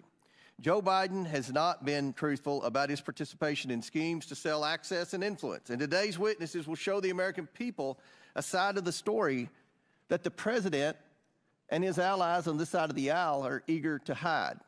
Mr. Bobulinski, can you tell us about your meeting at the Beverly Hilton with Joe Biden? The short version or a long version? Long version, but within a minute. Okay. So Hunter Biden, Jim Biden, and Joe Biden were in Los Angeles for a variety of business discussions. Joe was there to speak at the Milken Conference in May of 2017. I had lunch with Hunter Biden at the Chateau Marmont, and he had asked me to meet with his father that night. He set up a meeting at the Beverly Hilton where they hold the Milken Conference, and I got there a bit early and sat with Jim Biden, Hunter Biden, and we're just talking about what we were doing with the Chinese and the legal documents I was working through. And they had sort of coached me before Joe showed up to, listen, we're going to just keep things at a very high level. We're not going to go into a lot of details in this meeting. And I just remember that discussion generally because it just struck me as odd, honestly. Joe wasn't in the White House then, and that they were sort of framing it that way. And then Joe showed up, walked through the lobby of the Beverly Hilton Hotel. I stood up to shake his hand, and we sat down and spent 45 minutes to an hour going through my background. You met with him that long? Yes. This wasn't a handshake, a 2-second discussion about the weather. This was a 45-minute long meeting to an hour where we talked about a lot of stuff. Very good. Thank you. Chair now recognizes Ranking Member Raskin for his questions. But we're actually going to go to Mr. Garcia to begin. Great. Thank you very much. And thank you again. I just want to, just for the record, be very clear that in Mr. Bobulinski's testimony, he has provided zero evidence of any sort of link between Hunter Biden and the president as far as it relates to the business dealings. And so once again, we're back to a hearing where no evidence is being provided of any sort of wrongdoing by the president. But I want to go back. That's a blatant lie. Actually, it's my time, sir. Mr. Bobulinski, I want to go back to the private deposition that we had. I was one of a handful of Democrats in that private, on the record, under oath conversation we had.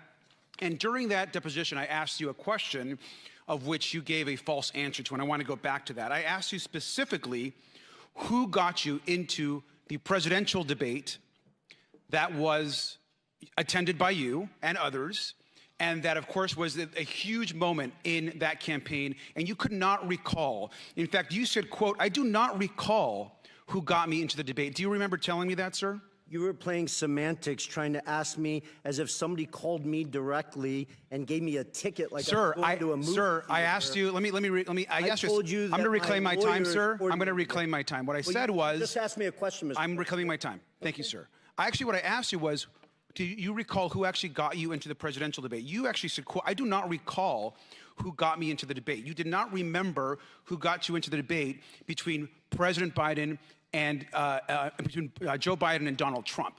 That's not a true statement. Sir, you quoted, "I don't recall who got me into the debate." It's on page 102 of the transcript. You did not ask me whether I was a guest of Mr. Biden. Thank you. I'll reclaim my time. I'm not asking you a question right now. Thank you very much, sir. In fact, here, as was shown by Ranking Member Raskin, we know that you were in the debate actually sitting adjacent and next to Trump officials. When we were confronted again on this same question, Mr. Bobulinski, if you were a guest of Mr. Trump's at the debate, you responded and you quoted, once the Wall Street Journal called you out, quote, "Is the Wall Street Journal God or something? Like you act like this is some encyclopedia of fact." And you refused to still confirm that you were a guest of Donald Trump. So I want to ask you one more time, sir. Were you a guest of Donald Trump at the presidential debate? Mr. Garcia, those were not the questions you asked me in my transcribed interview. Wow. You were trying to ask answer the question, sir. Were you a guest of Donald Trump? Of Donald Trump at the gate, or at the debate. You were. That was obvious to everyone in the world at that point. Oh, it's interesting. You were asking me semantic Thank you, sir. So you were a guest? That you answered the question. Because at the time you said in the transcript, under oath, "I don't recall who got me into the debate." So just to be clear. So I want to keep going. So you also call yourself, you're not a political person, yet you went to a presidential debate on behalf of Donald Trump. I also want to make it clear that you made numerous claims and allegations. You've made them today, you've made them before. And yet, even though you're not a political person, this is also another photo of you. You actually chose to show up at a press conference for Donald Trump prior to the debate because you're not a political person. Did you show up to a press conference for Donald Trump before the debate? I can't qualify whether it was for Donald Trump. Do you know who invited you? Sir, who invited you to the debate? Donald Trump, you said. Who invited you to the press conference? Who invited me to my lawyers coordinated things, and I showed up at a. Well, sir, I will tell you, it was Jason Miller, who it's been very clear, it's been reported, who actually worked on the part of the Donald Trump campaign. Here you are at a Donald Trump press conference, and you can't remember how you got to the press conference. You refuse to answer how you actually got into the Donald Trump debate with Joe Biden. Do you remember speaking at the press conference? I do very clearly. You do. Do you know who Jason Miller is, sir? I do know of him, yes. Do you know that he was a Trump campaign staffer? Mr. Garcia, you keep asking me semantical questions. You underestimate that I had 3 lawyers around me that were coordinating my travel, where I was going, and stuff sir, like that. interesting. So please stop. Well, I'll reclaim my time. Thank you very much. It's interesting, sir, because you show up to a pre-debate press conference. You show up to a presidential debate, both invited to by a person running for the presidency of the United States. You know the stakes are high, yet you have no idea how you got to the press conference. You don't remember how you got to the debate. And here you are speaking at a press conference of which the national media, so how did you get to this press conference? I flew on a plane. Who invited you? Are we going in circles? Sir, who invited you to the press conference? My lawyers told me I was invited to come to Tennessee. At that point, I was trying to get the truth and the facts out to the American people. At that moment in time, if I recall, I believe 80 million people watched that debate. And that was probably the Thank you, sir. I reclaim my time. Well, with that, I think it's very clear for someone that can't remember how I got to a Donald Trump press conference or a Donald Trump debate, you're completely an uncredible witness, sir. Thank you, and I yield back. Gentleman's time has expired. Chair now recognizes the Chairman of the House Ways and Means Committee, Jason Smith, for 5 minutes. Thank you, Mr. Chairman. We've previously heard from 2 IRS whistleblowers that Joe Biden was the brand being sold by his family members. One such example of this could be seen in a June 6, 2017 WhatsApp message where Hunter Biden told a business associate that he was not willing to, quote, sign over my family's brand, close quote, or give them, quote, the keys to my family's only asset. Mr. Bobulinski, can you confirm that President Biden is the brand being sold by his family members? Thank you. During his deposition, Hunter Biden repeatedly testified under oath that his father was not involved in his business in any capacity, and that there wasn't even a connection between his father and his businesses. Here is just one example. Quote, I just state for the record one more time, under oath and under penalty of perjury, my father has never been involved in my business. I have never asked my father to be involved in my business. My father has never benefited from my business, and I have never asked anyone or my father to do anything for the benefit of anyone I've ever done business for, close quotes. Yet the Ways and Means Committee released a WhatsApp message that were provided by the IRS whistleblowers showing that Hunter Biden wrote on July 30th, 27, quote, I'm sitting here with my father, and we would like to understand why the commitment made has not been fulfilled. I'm sitting here waiting for the call with my father.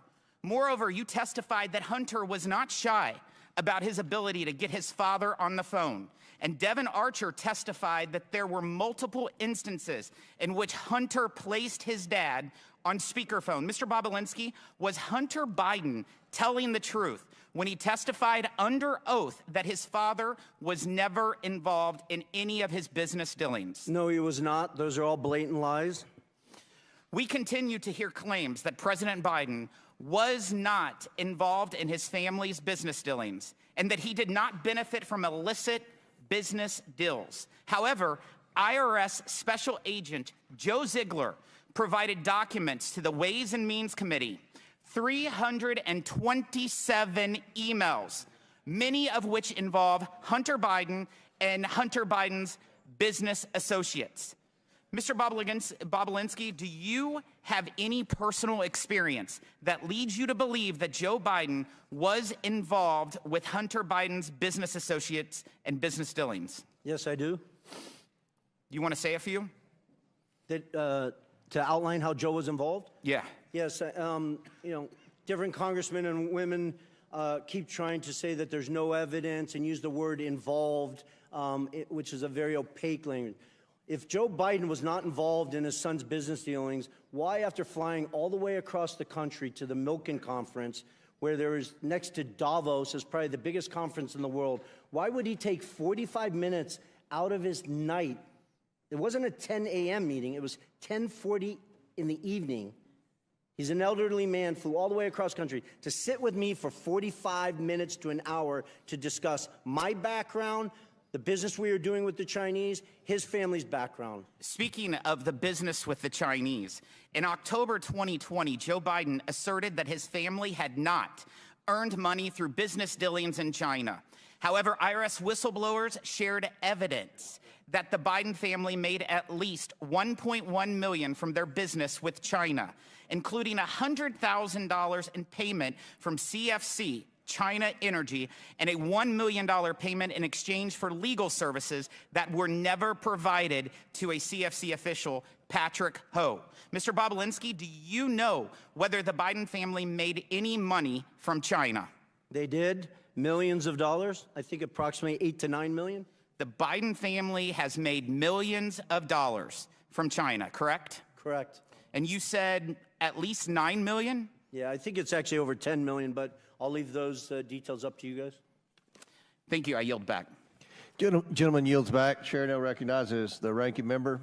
Thank you, Mr. Chairman. Thank you, Mr. Parnas, for being here today.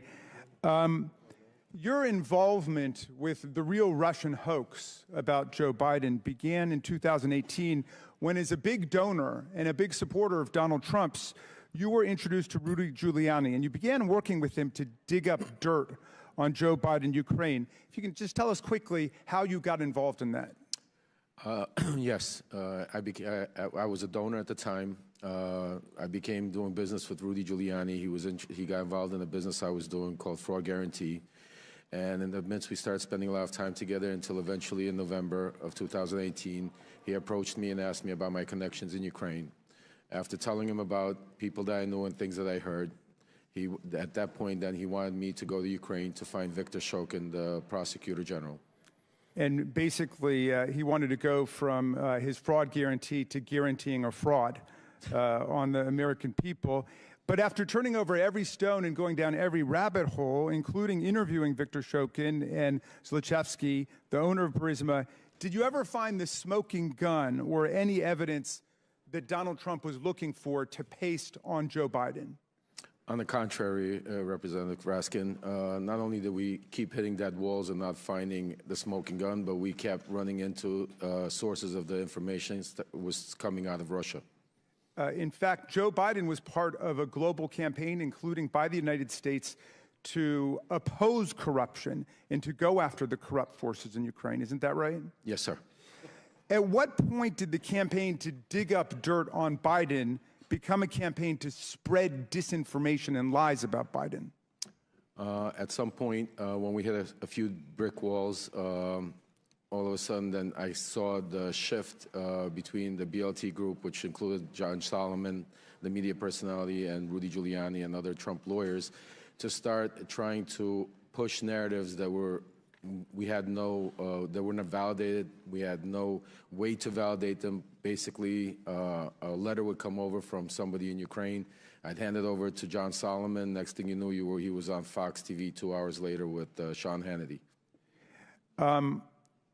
At what point did Mr. Giuliani begin working directly with Russian agents and Russian assets, individuals who would later become sanctioned by Donald Trump's own Treasury Department for spreading propaganda and disinformation against Joe Biden?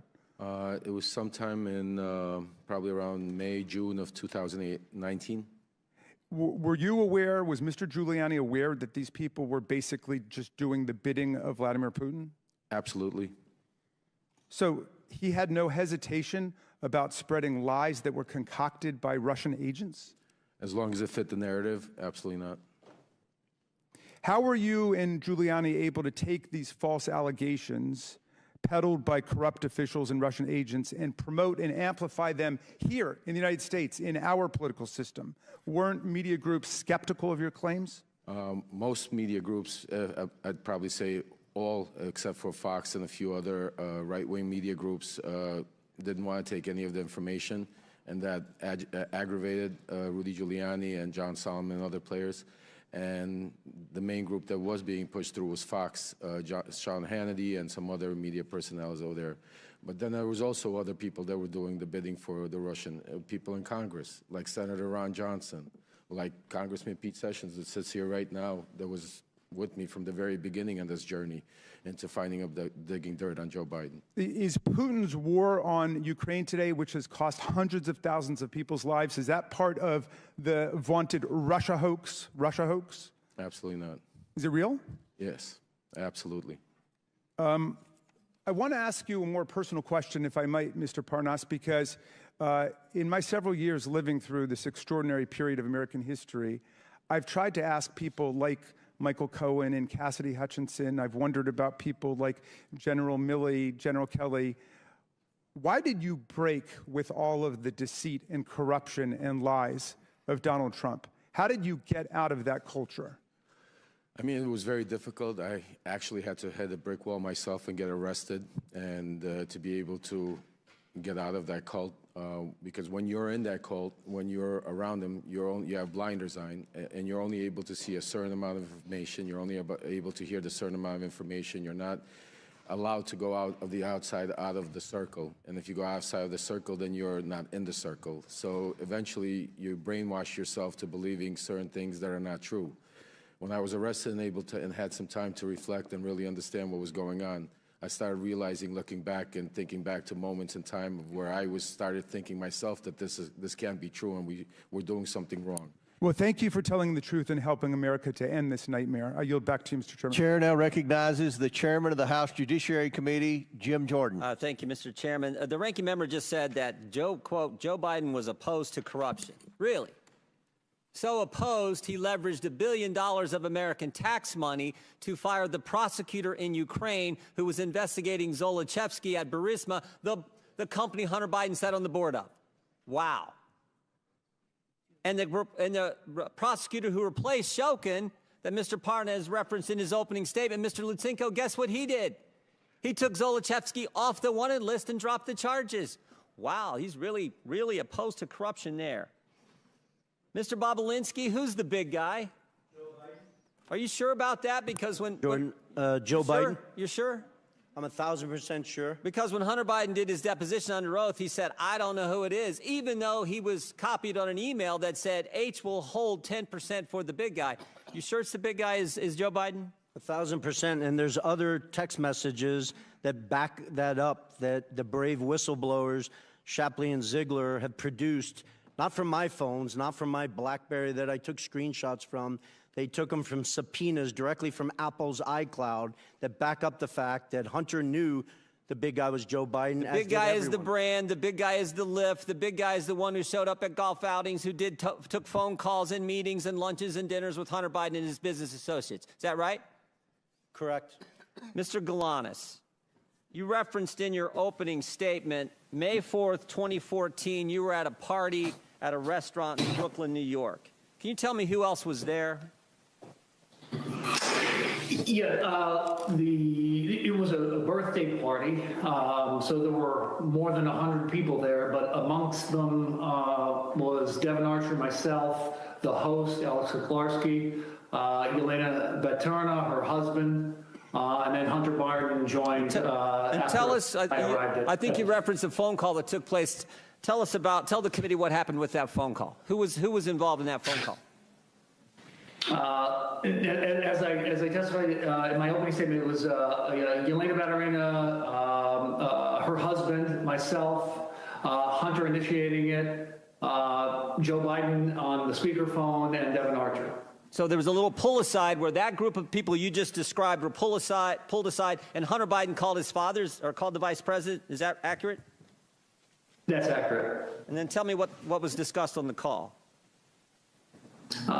discussion that testified was, it was a relatively short discussion, but it was a discussion about their, Yelena and Yuri coming to town, that as they testified specifically, they talked about being good to his boy, and it was ended. Well, let me ask you this. Mentioning that, Mr. Galanis, let me ask you this. Did you get the impression Joe Biden was expecting the call? Yes, to me it was clearly set up ahead of time. It was an arranged call. So this was arranged, this was coordinated. Hunter Biden calls his father, then vice president, and I think in your deposition he said this, "I'm here with our friends that I told you were coming to town." So it's our friends, and I told you this was going to happen, which suggests that it was most definitely coordinated. Is that accurate? That's accurate, yes. And again, can you tell the committee who Miss Baturina is again? A Russian billionaire, wife of the former mayor of Moscow, served for near 20 years as the mayor. She's the wealthiest woman in Russia. She'd already given money. She'd already given money to Hunter Biden and his business before this meeting in May, and then subsequent to that meeting, she committed to give more money. Is that accurate? That's accurate. So subsequent to the coordinated call, the arranged call that Hunter Biden had with the Vice President of the United States, the wealthiest woman in Russia commits to give millions of dollars more to Hunter Biden's business. Is that all accurate, Mr. Galanis? That is accurate, yes. And again, this was a pull-aside done at this meeting, and you think and you know that it was coordinated. Is this what they call access to the brand, access to the Biden lift? Is that what you would describe it as, Mr. Galanis? I don't think there's any doubt that that was the intent of the call and the objective, yes. And it followed the motto. It followed the statement that you all agreed to: say it, forget it, write it, regret it. This wasn't put in writing. This was a phone call on a speaker that was all. There's no writing about this. It was all done that way. That was how the business operated. Is that correct, Mr. Galanis? Yes.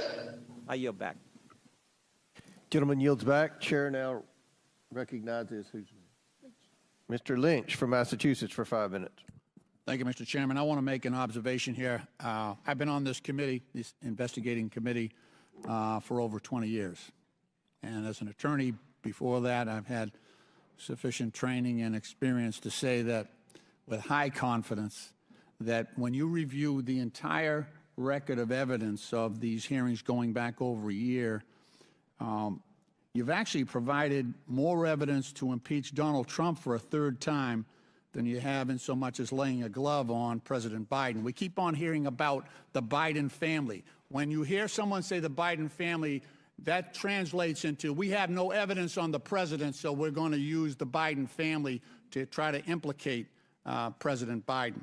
But by the constant bumbling and continually shifting arguments here, you've done nothing more than exonerate President Biden. We heard initially for months, we heard about the Hunter Biden laptop. And, you know, there were absolutely some embarrassing photos on that and some awful information about Hunter Biden's personal life. I will admit that.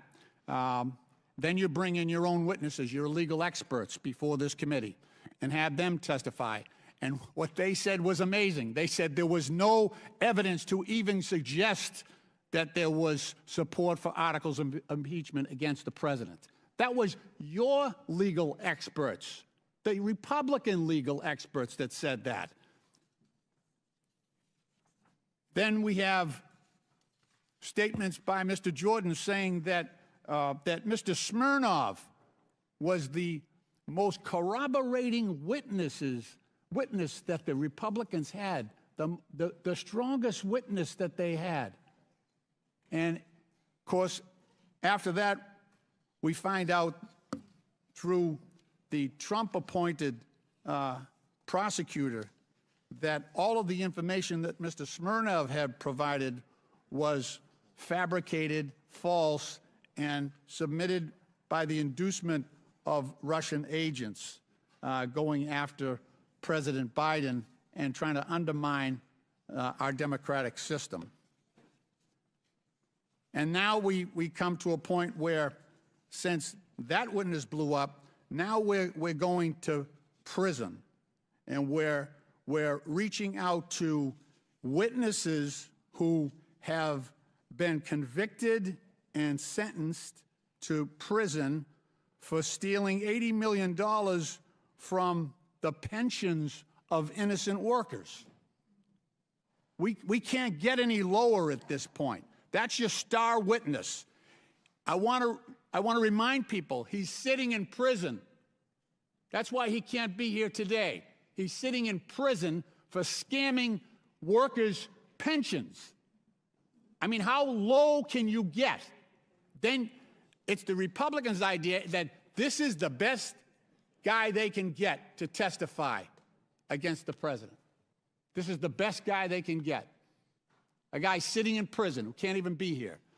Mr. Parnas, you've talked about your own direct involvement with Mr. Giuliani, and you said that your mission was to dig up dirt on President Biden. Can you talk to us about the coordination between yourself and Mr. Giuliani? Thank you for being here.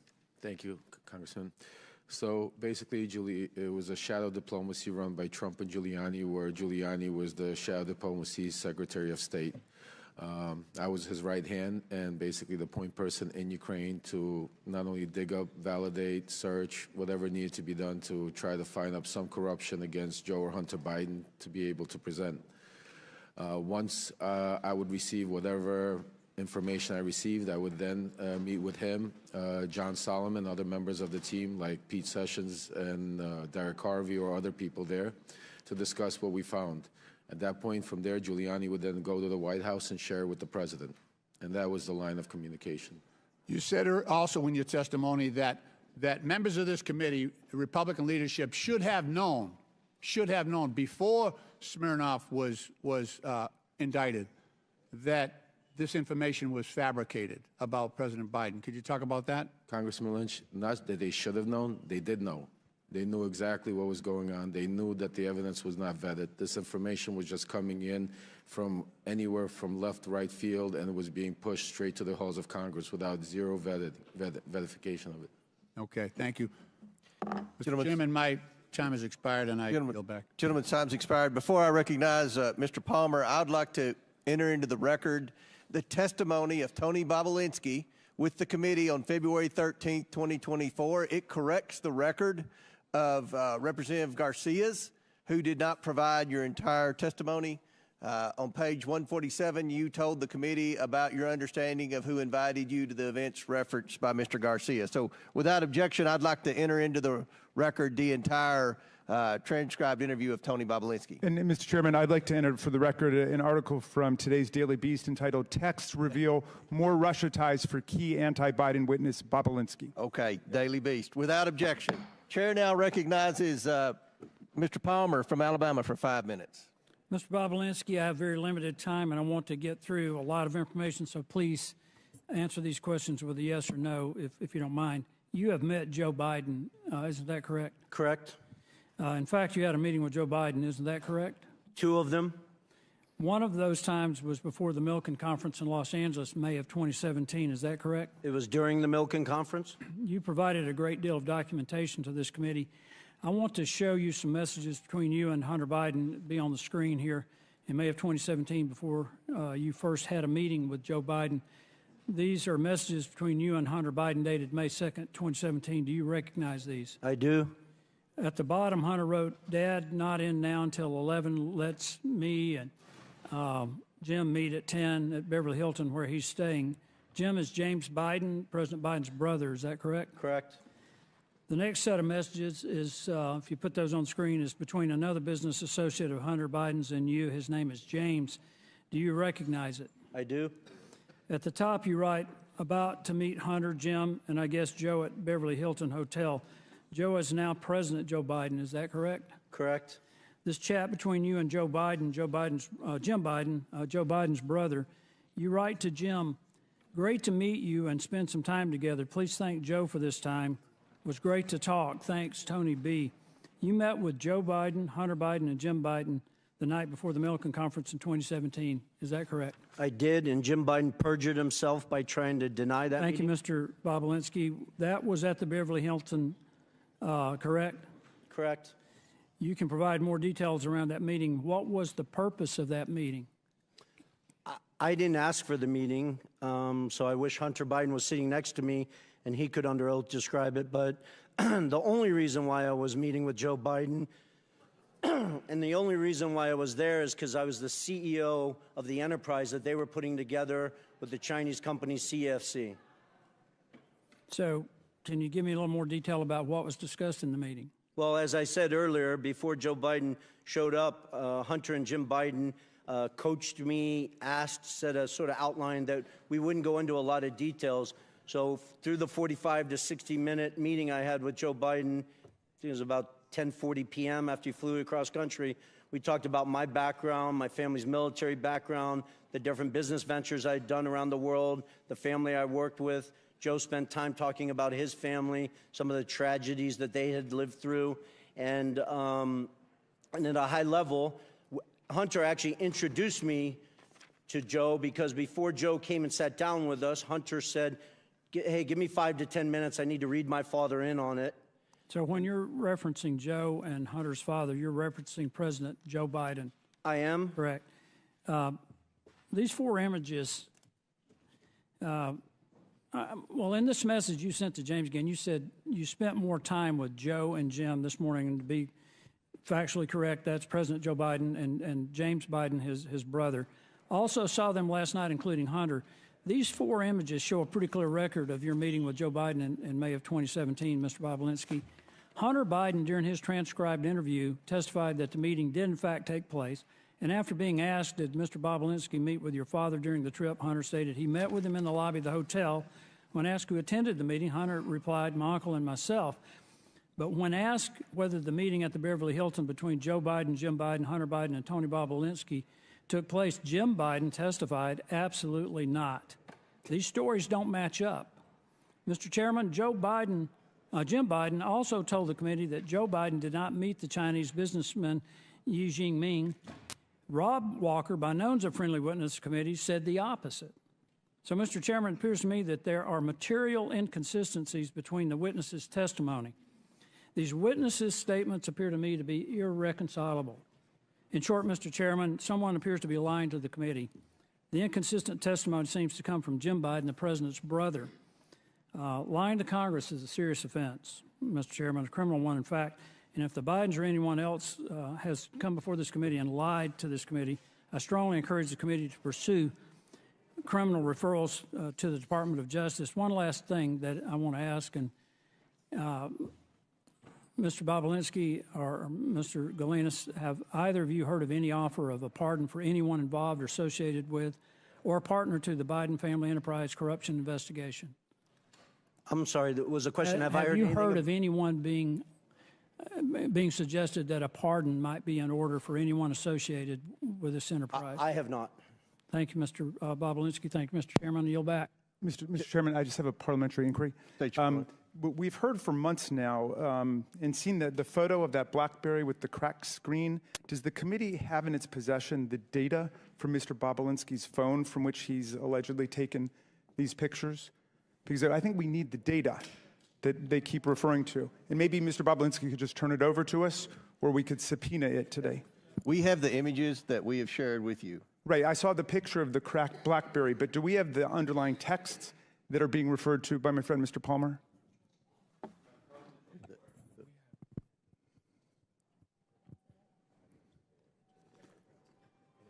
Mr. Bobulinski previously said he'd be happy to turn over his phone. We have pictures of all the text message screenshots that we've provided with everyone on the committee.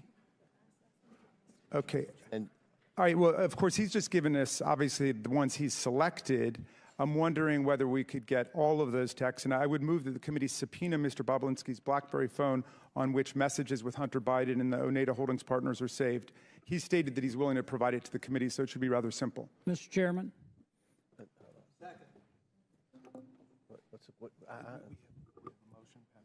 Yeah. Okay, there's a motion to subpoena Bobulinski's BlackBerry? Yeah, with the texts that were just referenced by Mr. Palmer.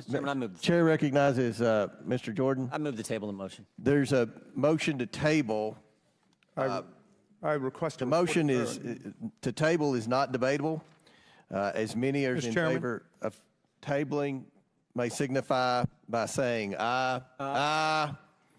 All those opposed signify by saying no. No. In the opinion of the chair, the ayes have it, and the motion to table is agreed to. Mr. Chairman, what we're doing is we're tabling evidence here, which you keep relying on, so I'm going to ask for a recorded vote for that. Yeah. That just makes no sense. A recorded vote is ordered. We'll suspend for a moment. We don't, this is a committee hearing. We don't have the clerk. Will somebody go find the clerk?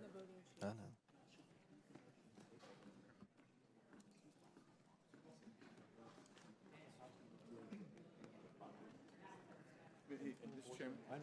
He said it. Did he say under oath? In the. Did he say?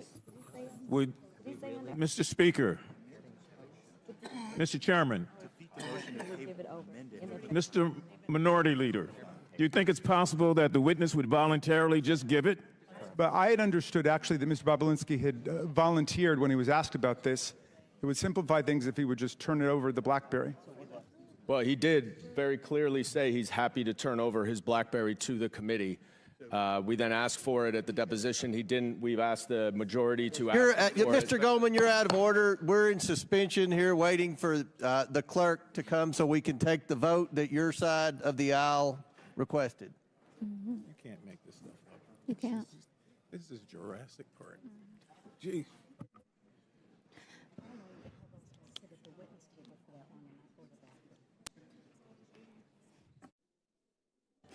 Mr. Ranking Member.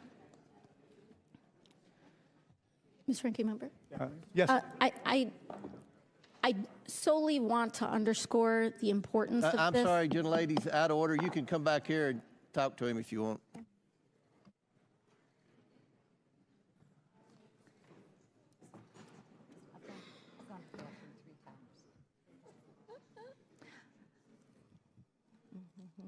Mr. Chairman. Mr. Chairman. Yes.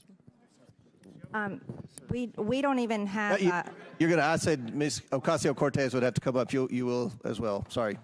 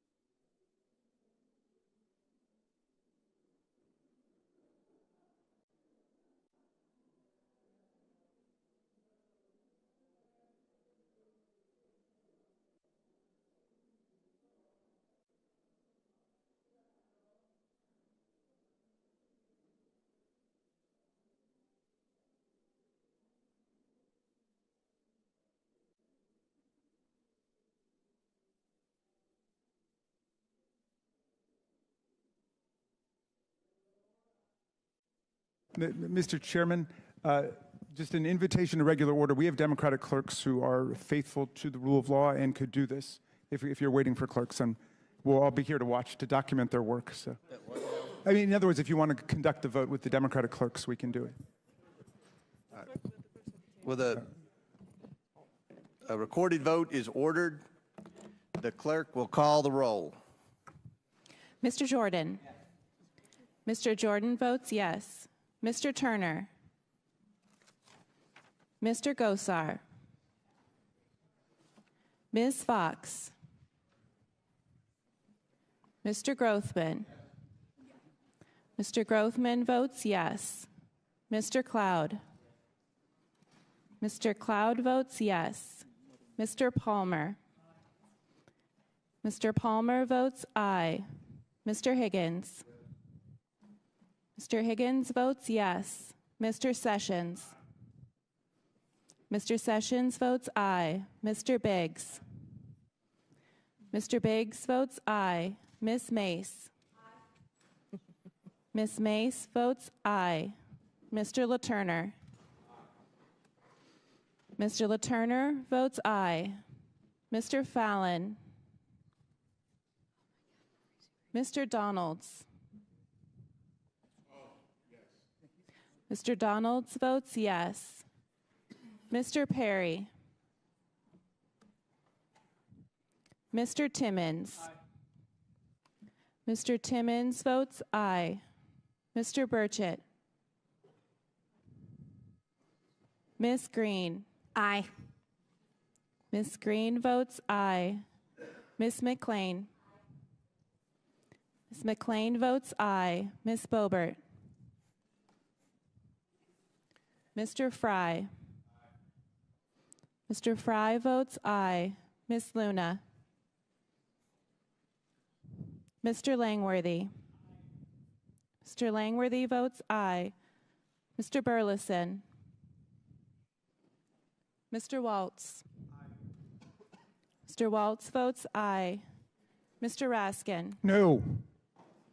Mr. Raskin votes no. Ms. Norton. Mr. Lynch. No. Mr. Lynch votes no. Mr. Connolly. Nay. Mr. Connolly votes nay. Mr. Krishnamurthy. No. Mr. Krishnamurthy votes no. Mr. Khanna.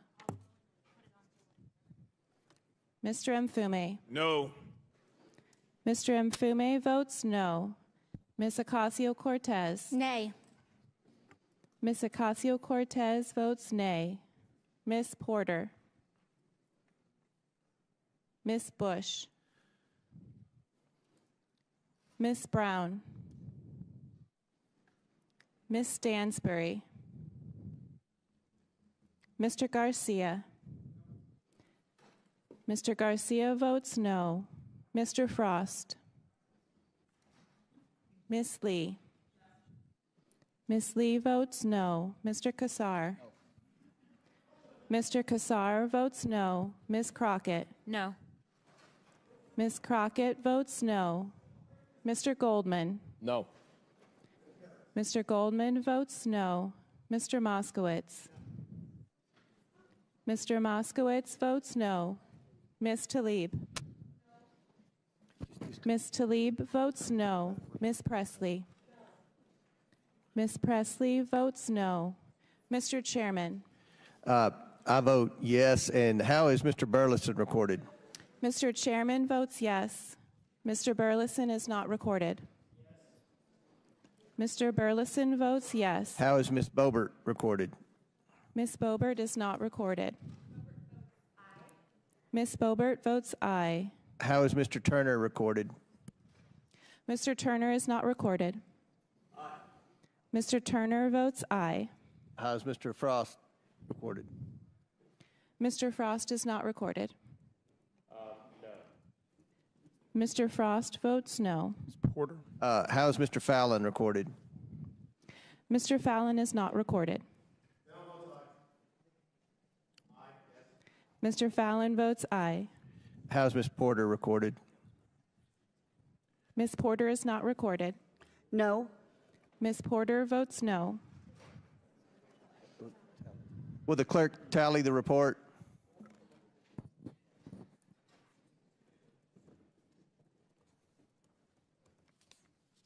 So who's next? Who do I recognize? We just finished Pullman, so we're going.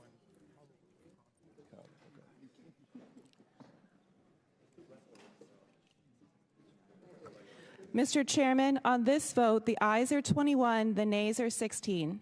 The ayes have it. The motion passes. Chair now recognizes Mr. Conley for 5 minutes. Thank you, Mr. Chairman. Mr. Bobulinski, in your deposition, you were asked about taking a picture of your phone, and you said, and I quote, "I still have that phone. I could put that phone on this table right here, and every person in this room could look at that individual text and validate that it's a legitimate text and the date and time stamp on it."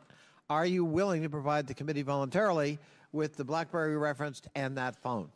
I'm willing to sit in a room with both the chairman and the ranking member with my phone and their staff, and we can go through each and every text message. As I said in my interview, I had a forensics expert plug into my BlackBerry, somebody who's done extensive work for the FBI for over 10 years with an interest of pulling all the data off that phone so I could provide it to the committee. Unfortunately, they were using Cellbrite software, which is the software that the FBI uses, and they were unable to pull the data off the phone. Okay. So I am more than willing to sit in a room with the Mr. Chairman and the ranking member and their staffs with that BlackBerry fully charged, and we can go through each and every message if Well, that's helpful. that's some progress, and I appreciate that, but you can understand, I'm sure, why the committee wants to look at prima facie evidence on its own. Well, I can't, understand excuse me, why sir. you're trying to Excuse me, imply sir. that I This haven't is, cooperated. Mr. Bobulinski, this is my time. You can understand why we would want to look at evidence raw and unvarnished so that we can make our own determination. But thank you for your willingness to cooperate, at least at that level. Mr. Parmas, you observed back in 2023 in a letter you sent to Chairman Comer that there were flagrant examples of Giuliani interfering in Ukrainian politics, unquote. Why would Giuliani be interfering in another country's politics? I mean, Giuliani would do and say whatever he needed for the purpose of getting the information he wanted to secure Donald Trump 2020 election. So just a prime example of one of the things he did, he had a close relationship with then a boxer, Vladimir Klitschko, who was then the mayor in Ukraine. When the new president came over, there was rumors about maybe him not staying in office as mayor of Ukraine. Klitschko flew to New York, met with Rudy Giuliani, and then on a meeting that we had with Andrei Yermak in Spain that was relevant, had to do with President Zelensky announcing an investigation into Joe and Hunter Biden. At that meeting, he also brought up the Klitschko situation and basically told Yermak that if Zelensky got rid of Klitschko, President Trump and the American people would be very upset about that because we love him and he needs to be in there. So was Giuliani just doing this as a rogue on his own because he was a patriotic American who loved Donald Trump, or had somebody encouraged him to engage in this kind of political interference in another country?